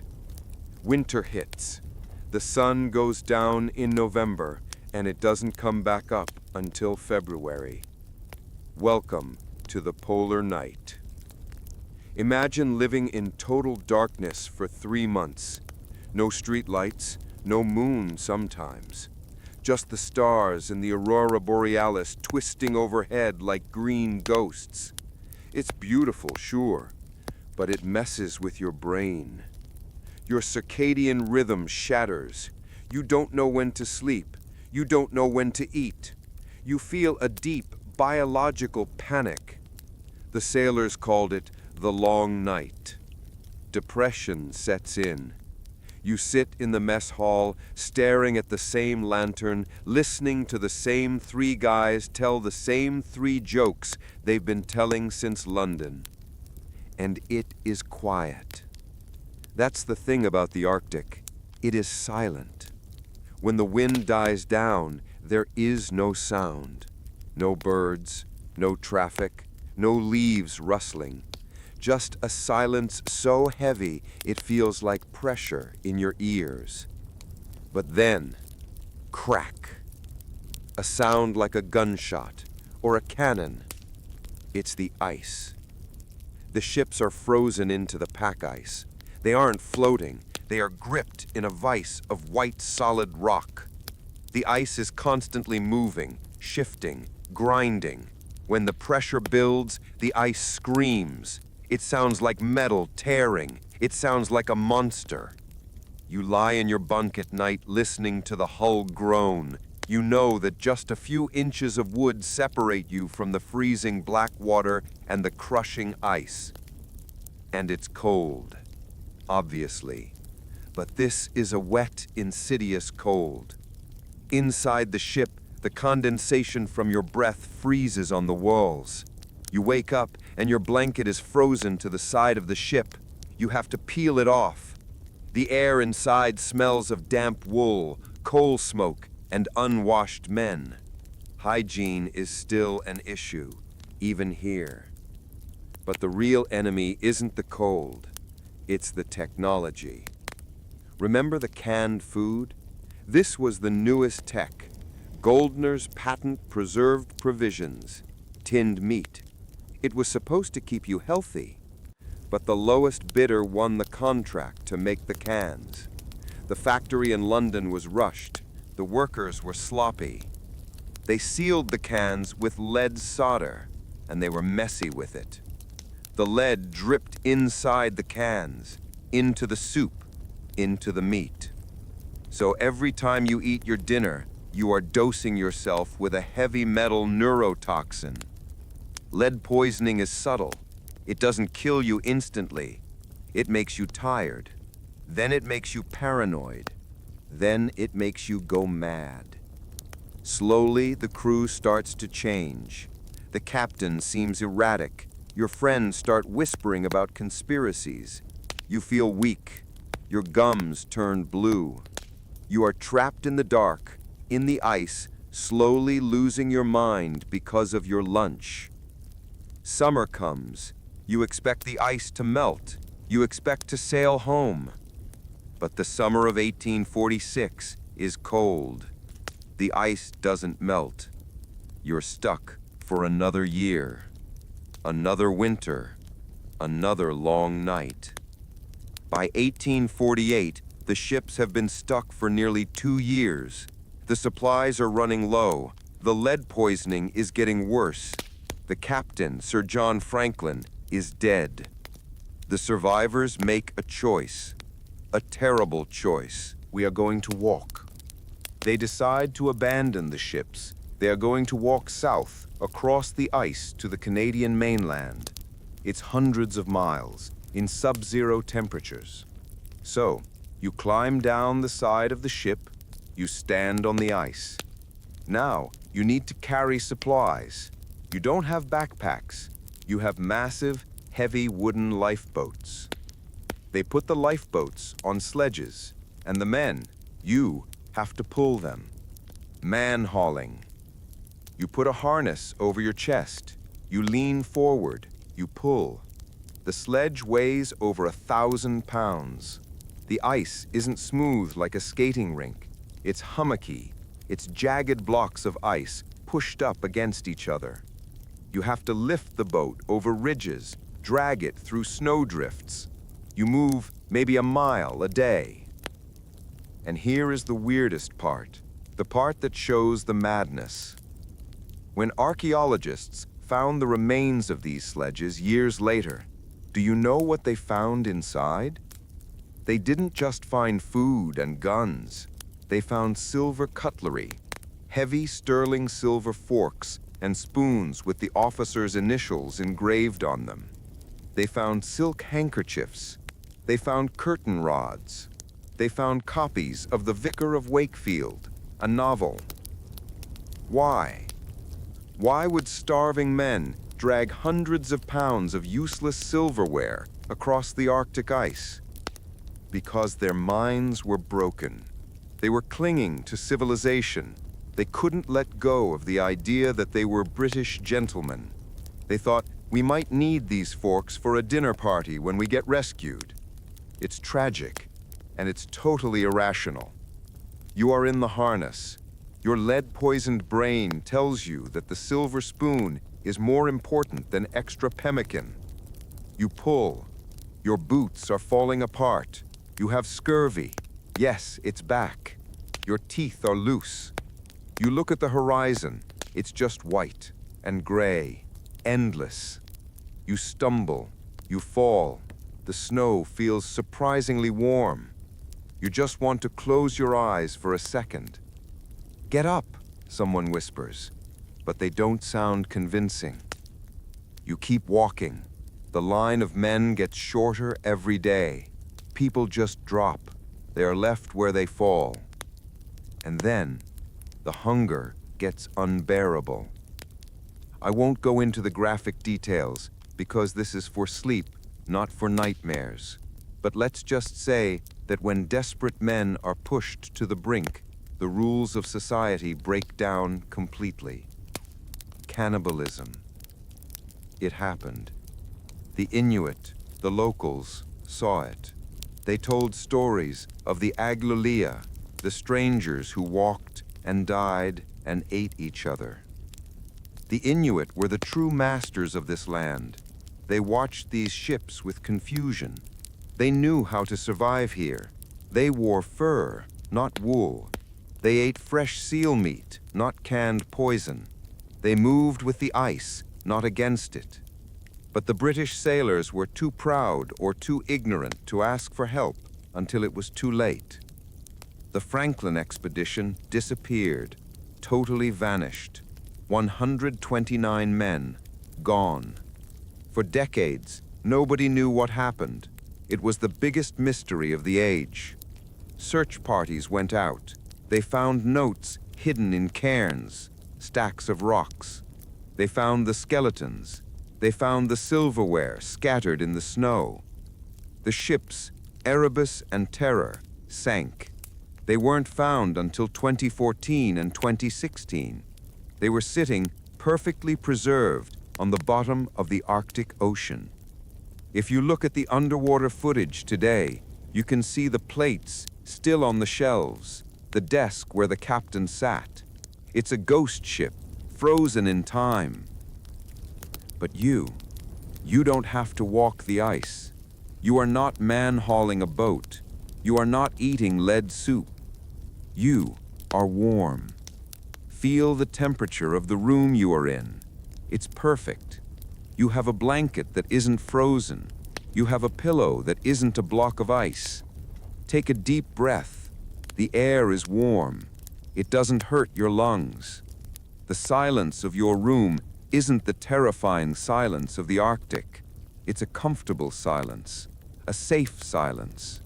The wind might be blowing outside, but it can't get you. You are in a shelter that works. We are going to leave the ice now. We are going to leave the ghosts of the Franklin expedition to their rest. We need to warm up. We are going to go deep underground, but not to a dungeon, to a workplace. We are going to visit the engine room of the Victorian world, the coal mine. You think, hard work, Sure, but at least it's not the Arctic. Well, it's dark, it's hot, and there are canaries. And if the canary stops singing, you have about 30 seconds to run. But that is a story for the next dream. For now, stay in the warmth. Imagine a fire crackling in a hearth, orange and gold, melting the ice. Crackle, pop, crackle, pop. You are safe from the long night. The sun will rise tomorrow, just like it always does. Drift. Drift away from the white horizon. Sleep. The blinding white ice of the Arctic fades from your mind. The howling wind stops. The cold that bites your skin vanishes. But don't get too comfortable. We are trading one extreme for another. We're going from the top of the world to the bottom of it. Welcome to the 19th century coal mine. You are standing in a field in northern England, or maybe West Virginia. You see a wooden tower with a wheel spinning at the top. This is the colliery, the engine of the Industrial Revolution. You have a job to do. You step onto the cage. This isn't an elevator. It's basically an open iron box dangling on a rope. You cram in with 10 other men. It smells of sweat, chewing tobacco, and fear. The signal bell rings. Clang. The floor drops out from under you. You plummet into the earth. Your stomach hits your throat. The daylight above you shrinks to a tiny square of blue, then a star, then nothing.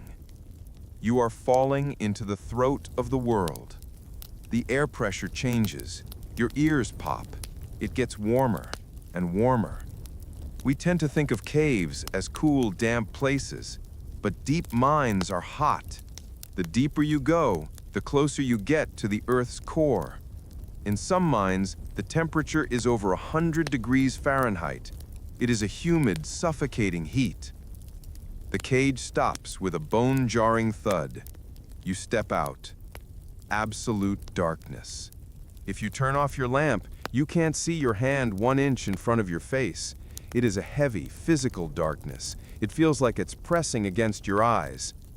You light your safety lamp, the Davy lamp. It's a small flame surrounded by a wire mesh screen. It gives off a pathetic, dim orange glow. This is your sun. This is your only friend. You start to walk. The tunnel is low. You have to hunch over. The ceiling is held up by wooden beams or pit props. They creak. They groan under the weight of millions of tons of rock above you. You try not to think about it. You arrive at the face, the coal seam. This is where you work. You are a hewer. Now, you might picture a guy standing up swinging a pickaxe like in Snow White. Nope. The coal seam might only be 2 feet high.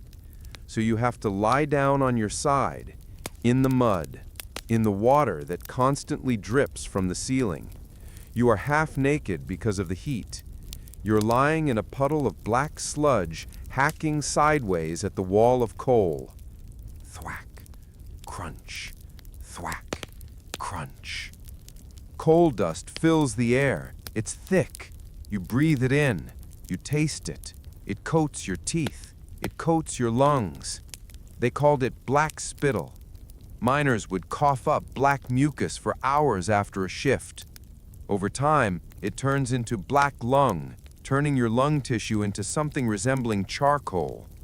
But you don't worry about the long term. You worry about the quota. You have to fill the tubs. If you don't fill enough tubs, you don't get paid. It's piecework. It's a hustle. And it's cramped. Imagine spending 12 hours lying under your kitchen table, hacking at the table leg while someone throws dust in your face. That's the vibe. But you aren't alone down here. You hear a clip-clop sound. Out of the gloom comes a horse, a pit pony. These animals were the unsung heroes and victims of the mines. They were small, sturdy ponies used to haul the heavy carts of coal along the tracks. Many of them were born underground. They lived their entire lives in the dark. They had stables down here. Some of them never saw the sun, not once. They eventually went blind because their eyes stopped working in the constant darkness. You pat the pony's nose. It's covered in coal dust, just like you. It's a moment of connection.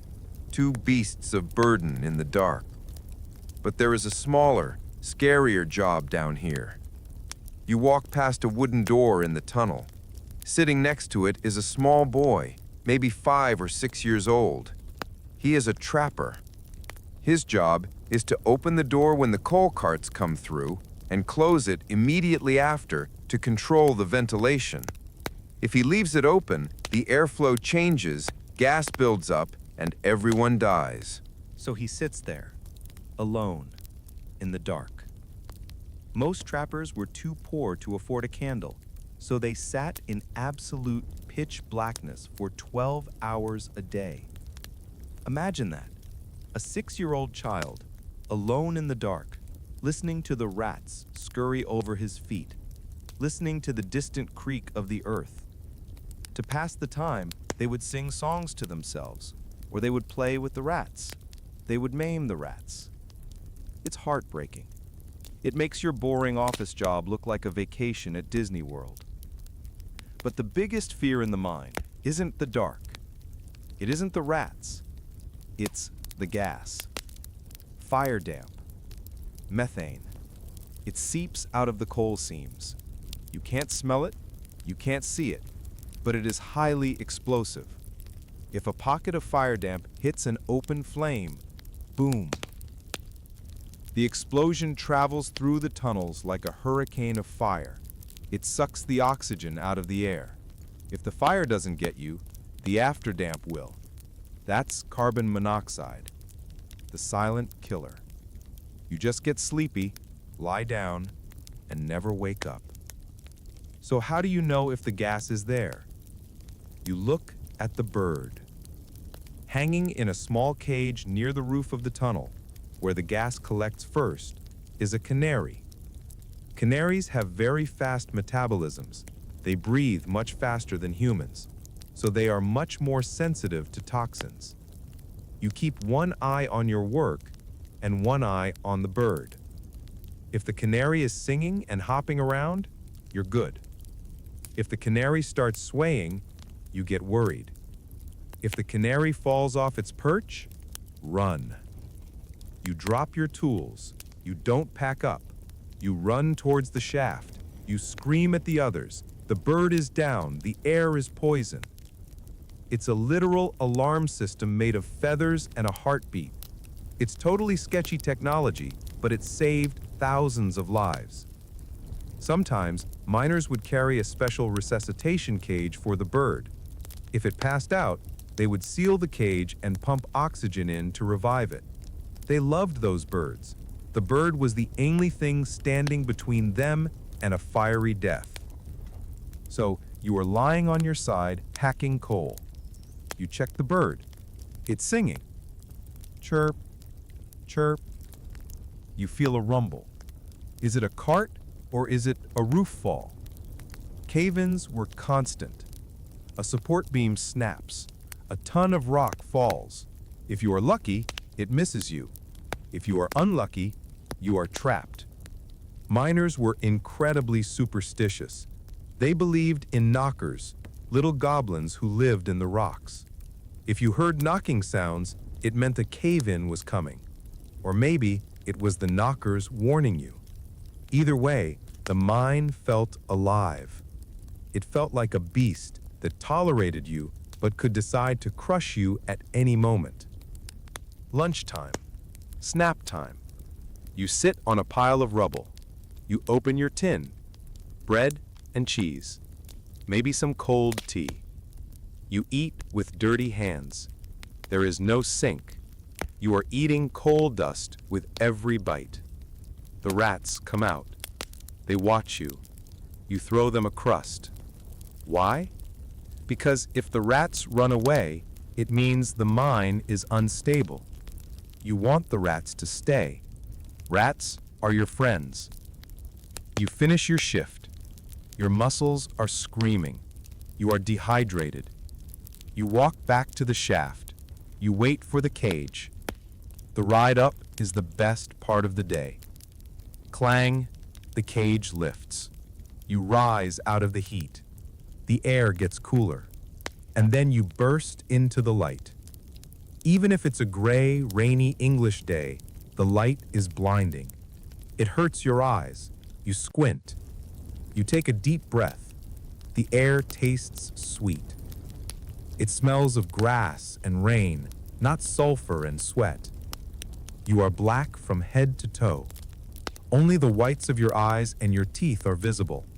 You look like a shadow. You walk home to the company town. Row houses owned by the mine. You pay rent to the mine. You buy food at the company store. You are basically owned by the mine. But you are above ground. You are alive. You wash off the coal in a tin bath in front of the fire. The water turns black instantly. You scrub, but the black eyeliner around your lashes never really goes away. It's the tattoo of the trade. You sit in your chair. You are exhausted. A deep physical exhaustion that sinks into your bones. You think about the canary. You hope he's okay. Now, take a moment to appreciate your own breathing. Inhale, exhale. The air in your room is clean. It's not full of dust. It's not explosive. There is no heavy rock above your head waiting to fall. There is just a ceiling. You are safe. You don't have to listen for the knockers. You don't have to watch a bird to see if you're going to die in the next 30 seconds. The mine is closed. The cage is still. We are going to leave the industrial age behind now. We are done with the machines. We are done with the noise. We are going to go back to the very beginning, to a time before mines, before cities, before metal. The Stone Age. You think, simple life, paleo diet, nature. I want you to imagine the fear of the night when you're not the top of the food chain. I want you to imagine trying to start a fire with 2 sticks while it's raining and a saber-toothed cat is watching you. I want you to imagine the silence of a world without engines. It is the ultimate in why you wouldn't last a day. Because back then, everything, literally everything, wanted to eat you. But that is for the next chapter. For now, stay in the light. The sun is setting over the colliery. The wheel stops spinning. Creak, stop. Silence. Sleep. The coal dust washes away. The noise of the Victorian machines fades into silence. The lights of the cities blink out, one by one. We are traveling back, way back, past the knights, past the Romans, past the pyramids. We are landing in the Pleistocene, the Ice Age, about 30,000 years ago. You open your eyes. The world is huge and empty. There are no roads, no fences, no buildings, just endless tundra, swaying grass, and a sky that looks bigger than you've ever seen it. You think, this is it, the paleo life, pure, natural, no stress. You're picturing a health food commercial. You're picturing lean muscles and organic berries. But the reality? You are cold, you are hungry, and you are essentially a snack for something much bigger than you. Let's talk about the cold first. It's the Ice Age. The glaciers are mile-high walls of blue ice covering what will day be Chicago and London. The air is sharp. It hurts your face. You look at your clothes. No zippers, no Gore-Tex, no thermal underwear. You are wearing skins, animal hides. Now, properly tanned leather is soft, but you're in a hurry. These hides are stiff. They rub your skin raw and they smell. They smell like wet dog and rotting meat because they aren't fully cured. And guess who loves that smell? Parasites. We've talked about lice in every era, but Stone Age lice were the OGs. They lived in the furs. They lived on you. You are a walking buffet for bugs. And you can't just throw your clothes in the wash. You wear this outfit every day, for years. Now, you're hungry. You are always hungry. In the modern world, we eat because it's noon. In the Stone Age, you eat because you found something. You think, I'll go hunt a mammoth. Let's be real. You aren't taking down a mammoth. A mammoth is a fuzzy tank with anger issues. If you poke it with a sharp stick, it's going to flatten you. Hunting was incredibly dangerous. It wasn't a sport. It was a desperate gamble. You have a spear with a flint tip. You have to get close. Too close. If the animal turns, you have no armor. A broken leg here means death. There is no 911. There is no cast. If you can't walk, the tribe can't wait for you. They have to leave you behind for the wolves. It's brutal logic, but it's the only way the group survives. So, mostly, you don't hunt big game. You hunt the small stuff. Rabbits, rats, birds. Or you scavenge. You find a carcass that a saber-toothed cat left behind. You crack open the bones to eat the marrow. Marrow is basically pure fat. It tastes like grease, but it's calories, and calories are gold. But let's be honest, you're probably gathering, digging for tubers. Have you ever tried to dig a root out of frozen ground with a stick? It takes hours. Your hands bleed, your back screams. And the reward? A bitter, woody root that tastes like dirt and takes an hour to chew. Speaking of chewing, let's talk about your teeth. Your teeth aren't just for eating. They are your third hand. You use your teeth to soften leather. You chew on the hide for hours to make it pliable enough to wear. You use your teeth to strip bark off branches. You use them to tighten knots. If you look at the skulls of Stone Age people, their teeth are worn down to flat stumps. They use their mouths like pliers. By the time you're 30, your teeth are ground down to the nerve. The pain would be constant. And speaking of 30, congratulations. If you made it to 30, you are an elder. You are the wise old wizard of the tribe. Most people checked out way earlier. Infection, childbirth, accidents, predators. Life was fast and furious. Now, the sun is starting to set. And this is when the fear kicks in. We have forgotten what true darkness is. We have streetlights, we have phones. In the Stone Age, when the sun goes down, you are blind. But the predators aren't. The cave lion, the cave bear, the dire wolf. These weren't regular animals. A cave bear was massive, 1,000 pounds of muscle and claws, and it wanted your cave. You scramble back to the shelter, a rock overhang or a shallow cave. You have fire. This is your only weapon against the night. But starting a fire with a bow drill or flint and pyrite isn't like flicking a Bic lighter. It takes 20 minutes of sweating, cursing, and blowing on dry moss. If the wood is wet, you have no fire. And no fire means death. So, you sit there, huddled together with your clan. Pile of smelly furs and unwashed bodies. You are shivering. You stare out into the blackness beyond the firelight. You hear a snap, a twig breaking. Snap. Then a low, guttural growl, a rumble that you feel in your chest. Is it a wolf? Is it a cat? Or is it another tribe? Stone Age warfare was nasty. Skulls found from this era show marks of blunt force trauma. People fought over the best caves, over the best hunting grounds. It wasn't a peaceful hippie paradise. It was a turf war. You clutch your spear. Your knuckles are white. You don't sleep.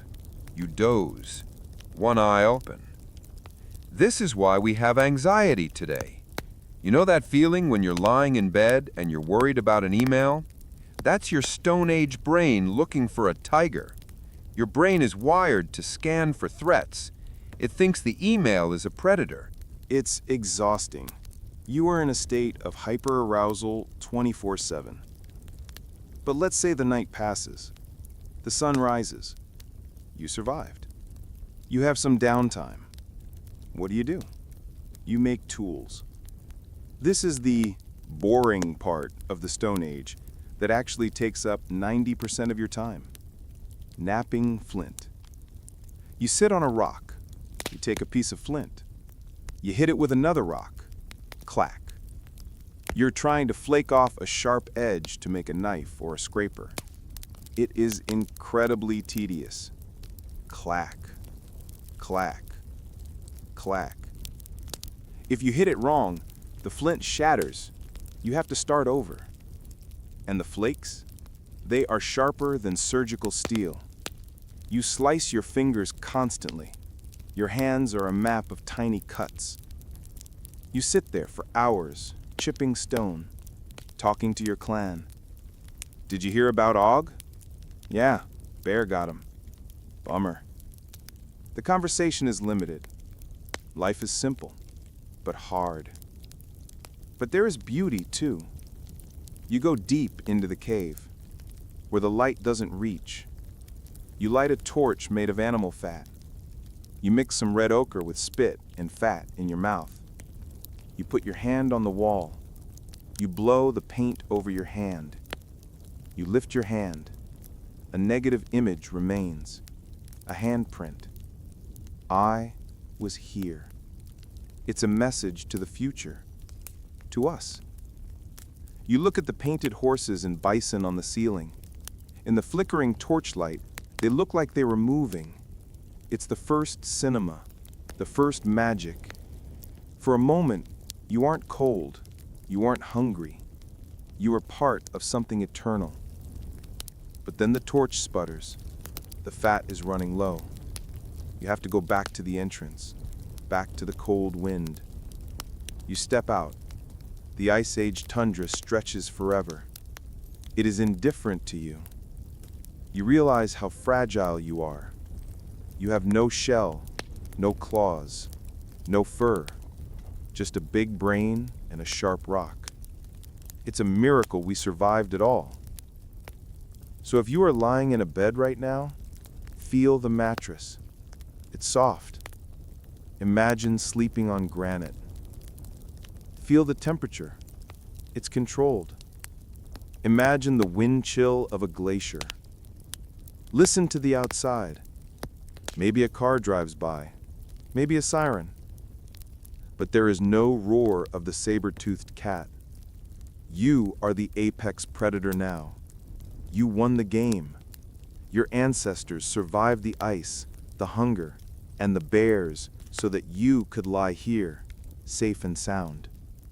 You don't have to hunt breakfast. You can just open the fridge. You don't have to tan leather. You can just wear cotton. You don't have to watch the fire. You have a smoke detector. Take a deep breath. You made it. We made it. The timeline is complete. We have walked from the caves to the cubicles, from the pyramids to the plastic. It has been a long, hard, dirty, and uncomfortable journey. But we aren't quite done. We need to come back to the present. We need to integrate all this. We need to land the time machine. But first, let's take one last look at the stars, the Stone Age stars. They're brighter than you've ever seen. The Milky Way is a solid band of light. It's the only thing that hasn't changed. The pharaohs saw these stars. The knights saw them. The cowboys saw them, and the cavemen saw them, and you are seeing them now, in your mind's eye. Twinkle, twinkle. Cold, distant, and beautiful. We are going to move to the final phase now, the return journey. We are going to drift through the ages, speeding up, blurring the lines, until we land softly in your bedroom. But that is for the finale. For now, stay in the cave. The fire is warm enough, the clan is sleeping, you are safe. Sleep. The fire in the cave flickers and dies. The handprint on the wall fades into the darkness. We are done with the struggle. We are done with the survival. You have walked the entire length of human history. You have felt the cold of the Ice Age and the heat of the Egyptian sun. You have tasted the coal dust and the salt spray. You have heard the roar of the Colosseum and the silence of the Arctic. But now it is time to leave. You are rising up, floating up from the prehistoric tundra. You are weightless. The gravity of the past can no longer hold you. You look down. You see the timeline stretched out below you like a long, winding river. It is a river of struggle, yes, but from up here, it looks peaceful. It looks finished. We are going to drift back. We are going to float downstream, back towards the present, back towards the safety of your room. Let's drift past the Stone Age. See the little fires dotting the dark landscape. They are just sparks now. The fear of the saber-toothed cat is gone. The hunger is a distant memory. The cold wind cannot touch you. You are wrapped in warmth. Drift and float. We move forward. We pass over the ancient world. Look down at Egypt. The pyramids are just small white triangles in the sand. The laborers are resting. The heavy stones are laid down. The heat is gone. The Nile flows quietly, a ribbon of silver in the moonlight. The dust has settled. Drift and float. We glide over Rome. The noise of the crowd is silenced. The shouting of the vendors, the clatter of the carts, it's all gone. The Colosseum is empty. The marble is cool and quiet. The smell of the city has washed away. There is no lead in your wine. There is no crowd pushing against you. There is only space. Vast, quiet space. Drift and float. We drift further. We pass the Middle Ages. The castles are dark silhouettes against the sky. The drawbridges are up. The knights are asleep in their iron shells. The mud of the fields has dried. The cold stone floors are far away. You are not sleeping on straw. You are sleeping on clouds. The plague has passed. The rats are gone. Drift and float. We float over the ocean, the age of sail. The ships are anchored in the harbor. The sails are furled. The wood has stopped creaking. The storms have blown themselves out. The water is calm, glassy, reflecting the stars. You are not eating hardtack. You are not thirsty. You are hydrated. You are nourished. Drift and float. We pass over Victorian London. The fog is lifting. The smog is clearing away. The chimneys have stopped smoking. The factories are silent. The gears have stopped turning. The whistle has blown for the final time. The arsenic wallpaper has faded to white. The river runs clear. The noise of the Industrial Revolution has hummed itself to sleep, drift, and float. We drift over the Wild West. The dust of the trail has settled back to the earth. The wagons have stopped rolling. The cowboys are asleep by the dying embers of their fires. The wind on the prairie has turned into a gentle breeze. The saloons are dark. The piano is silent. There is no grit in your teeth. There is no thirst in your throat. Drift and float. We pass over the trenches. The mud has turned to grass. The poppies are blooming in the silence. The artillery has stopped. The wire is rusted and gone. The fear is gone. The waiting is over. The soldiers are home. The world is at peace. Drift and float. We drift past the 20th century. The Depression is over. The dust storms have passed. The factories of war are closed. The sirens of the Cold War are silent. The paranoia has dissolved. The neon lights of the 80s are dimmed. The screech of the modem has faded into a soft hum. The glare of the screen has turned off. Drift and float. We drift past the operating theater. The knife is put away. The leather straps are untied. The pain is a thing of the past. You are in a world of healing, a world of comfort, a world where you are cared for. Drift and float. And finally, we drift past the Arctic. The ice has melted, the ships are resting, the long night is over. The sun has risen. The cold is just a memory. You are warm. You are so incredibly warm. You have seen it all. You have witnessed the grind of history. And now, you can let it go. You don't have to carry the stones. You don't have to plow the fields. You don't have to fight the wars. You don't have to fear the dark. You are the beneficiary of all that struggle. You are the destination. Everything that came before was leading to this moment, to you, lying in this bed, safe. Feel the weight of your body sinking into the mattress. It is a heavy, pleasant weight. Your legs are heavy. They don't have to march. Your arms are heavy. They don't have to swing a hammer.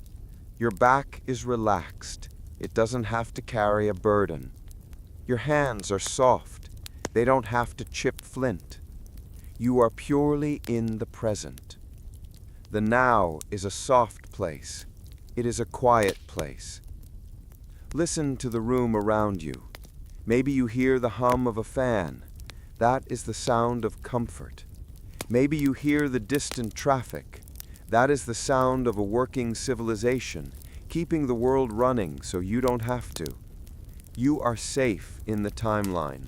You are in the best possible moment to be asleep. Think about the comfort of your pillow. It isn't a wooden headrest from Egypt. It isn't a bag of straw from the Middle Ages. It isn't a coil of rope on a ship. It is soft, engineered for your head. Think about the darkness of your room. It isn't the terrifying darkness of the cave. It isn't the suffocating darkness of the coal mine. It is a restful darkness, a darkness you control. You are the master of your environment. Let a wave of gratitude wash over you. Gratitude for the toothbrush. Gratitude for the aspirin. Gratitude for the furnace. Gratitude for the window glass. These are miracles, and they are yours. The history book is closing. The pages are rustling shut. Rustle, close. The story is done. The characters are asleep. The pharaoh is asleep. The centurion is asleep. The knight is asleep. The pirate is asleep. The cowboy is asleep. The astronaut is asleep. And you are joining them. Not in death, but in the restorative, peaceful sleep that you deserve. Your breathing is slow, in and out, in and out, like the tide, like the seasons. You have survived the journey. You have lasted. And now, your reward is rest. There is nothing left to learn tonight. There are no more facts to remember, no more dates, no more names. Just the feeling of drifting. Drifting closer and closer to the edge of sleep. The timeline is blurring. The years are melting together into a soft gray mist. 1800, 1900, 2000, it doesn't matter. Time is just a number. Sleep is forever. You are floating on a raft of comfort, down the river of time towards the ocean of dreams. The water is warm. The current is gentle. Rock and sway. Rock and sway. You are almost there. We have one final step, one final shutdown, to turn off the lights of the mind completely. But for now, just float. Enjoy the silence, the beautiful, modern, safe silence. We have arrived. The journey is over. The time machine has landed. The engine has cooled down. You are back in the present moment. You are back in your room.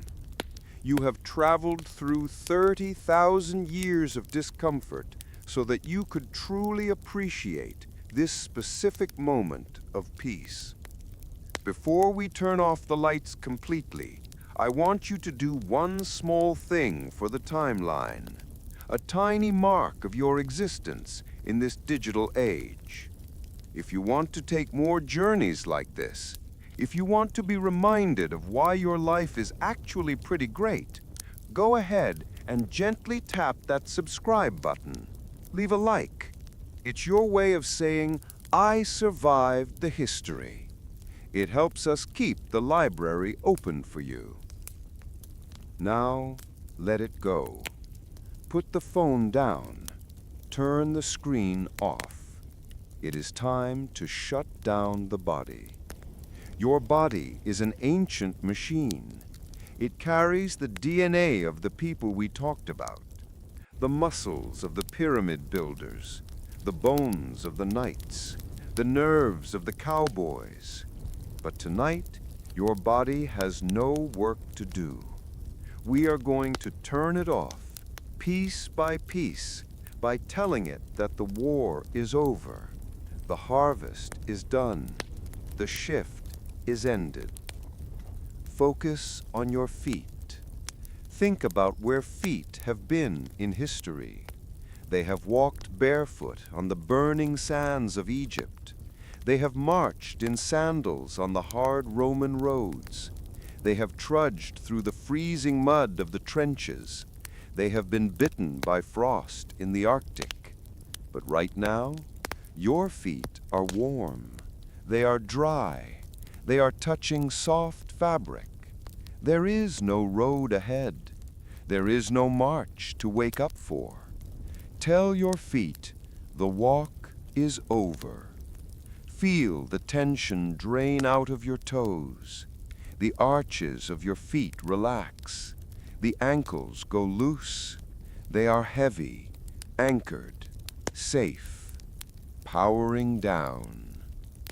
Focus on your legs, your calves, your thighs. Think of the strength required to plow a field in the Middle Ages. Think of the pain of crouching in a coal mine for 12 hours. Think of the stiffness of riding a horse for days across the Wild West. Your legs have carried the weight of humanity for eons. But tonight, they are supported. The mattress is holding them up. You don't have to stand in a factory line. You don't have to climb a mast. Let the muscles melt. Let the bones sink into the bed. Tell your legs the work is done. They are turning into stone, heavy, warm stone, powering down. Focus on your hips and lower back. This is where the ancient world carried its burden, the weight of the water jugs, the weight of the armor, the weight of the harvest sacks. Your back remembers the strain of the Stone Age, the ache of the surf. But you are not carrying anything. There is no burden on your back. There is no pack, no armor. Release the tension in your spine. Let it uncoil. You are lying flat. Your spine is aligned. You are free from the weight of the world. Tell your back the load is dropped, powering down. Focus on your stomach and chest. Think of the hunger we saw, the starving times, the bad food. Think of the tight corsets of the Victorians, the shallow breathing of the miners in the dust. But your belly is safe. You are fed. Your lungs are breathing clean, filtered, temperature-controlled air. There is no coal dust, no smoke, no fog. Take a deep breath. Fill your lungs with the luxury of the 21st century and let it out. Feel your chest rise and fall. Rhythmic, automatic. You don't have to fight for your breath. Tell your chest you are safe. Powering down. Focus on your hands and arms. Think of the hands chipping flint, the hands scrubbing the deck with holy stone, the hands gripping the sword or the steering wheel of a wagon, the hands raw from washing clothes in the river. Your hands are resting now, fingers curled gently. They don't have to hold a tool. They don't have to hold a weapon. They don't even have to hold a phone. Let them drop. Let them be useless. Tonight, your hands have no purpose other than to rest. Tell your hands, drop the tools. Powering down. Focus on your shoulders and neck. This is where we hold the stress of survival. The hunching against the cold wind. The flinching from the whip. The tension of the air raid siren. But the sky is clear. The room is warm. There is nothing falling from the sky. There is no one behind you. Lower your shoulders. Let them sink away from your ears. Let your neck go long and loose. The yoke is removed. You are not an ox. You are not a draft horse. You are a human being at rest. Tell your shoulders the storm has passed, powering down. Focus on your jaw and face. This is where we hold the stress of survival. The unclenching jaw. Open your mouth slightly. Let your tongue fall away from the roof of your mouth. Smooth out your forehead. Wipe away the worry of the harvest. Wipe away the fear of the plague. Wipe away the stock market crash. Your face is blank, smooth, peaceful. You don't have to perform. You don't have to smile for the neighbors. Tell your face the mask is off, powering down. Now your whole body is heavy. You are a statue of relaxation. You are sinking deeper and deeper into the timeline. We are going to take one last walk. In your mind, imagine a long hallway, a museum. It is the museum of history we just built. We are going to walk down the hall and turn off the lights in each room. We walk past the room of caves. The fire is out. The cave is empty. Click. We turn off the light. The Stone Age takes darkness. It is at peace. We walk past the room of pyramids. The sand is cool. The workers are gone. Click. We turn off the light. The desert sleeps. We walk past the room of castles. The drawbridge is up. The candles are snuffed out. Click. We turn off the light. The Middle Ages fades to black. We walk past the room of ships. The ocean is calm. The horizon is dark. Click. We turn off the light. The sea is silent. We walk past the room of factories. The machines are still. The steam has evaporated. Click. We turn off the light. The Victorian era rests. We walk past the room of the frontier. The trail is empty. The wagon is parked. Click. We turn off the light. The west is quiet. We walk past the room of wars. The trenches are filled in. The bunkers are empty. Click. We turn off the light. The conflict is over. We walk past the room of technology. The screens are black. The hum is gone. Click. We turn off the light. The modern world is paused. Now you are standing at the end of the hallway. It is just you, in the velvet darkness. There is a door in front of you. It says, "Sleep." You open the door. Inside, there is only comfort. There is only soft, warm, heavy silence. You step through. You are safe. You are warm. You are clean. You are loved. I am going to count you down now, from 10 to 1. With each number, you will drift further away from the timeline. With each number, the history fades and the dreams begin. 10. Drifting down, deeper and deeper, the weight of the centuries falling away. 9. Letting go. Your body is dissolving into the mattress. You are just a consciousness floating in the dark. 8. Safe and sound. No saber-toothed cats. No alarm clocks. Just this moment. 7.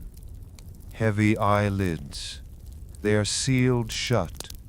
They don't want to open. 6. The past is a story. The future is a mystery.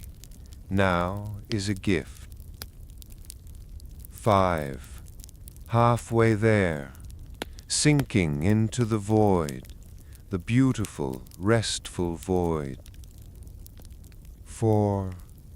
Breathing slow, in and out, the rhythm of the universe. 3. Almost gone. The voice is fading. The thoughts are fading. 2. Drifting, floating, sleeping. 1. You wouldn't last a day in the past, but you don't have to, because you are here, and you are going to last the night. Good night, traveler. Dreamless.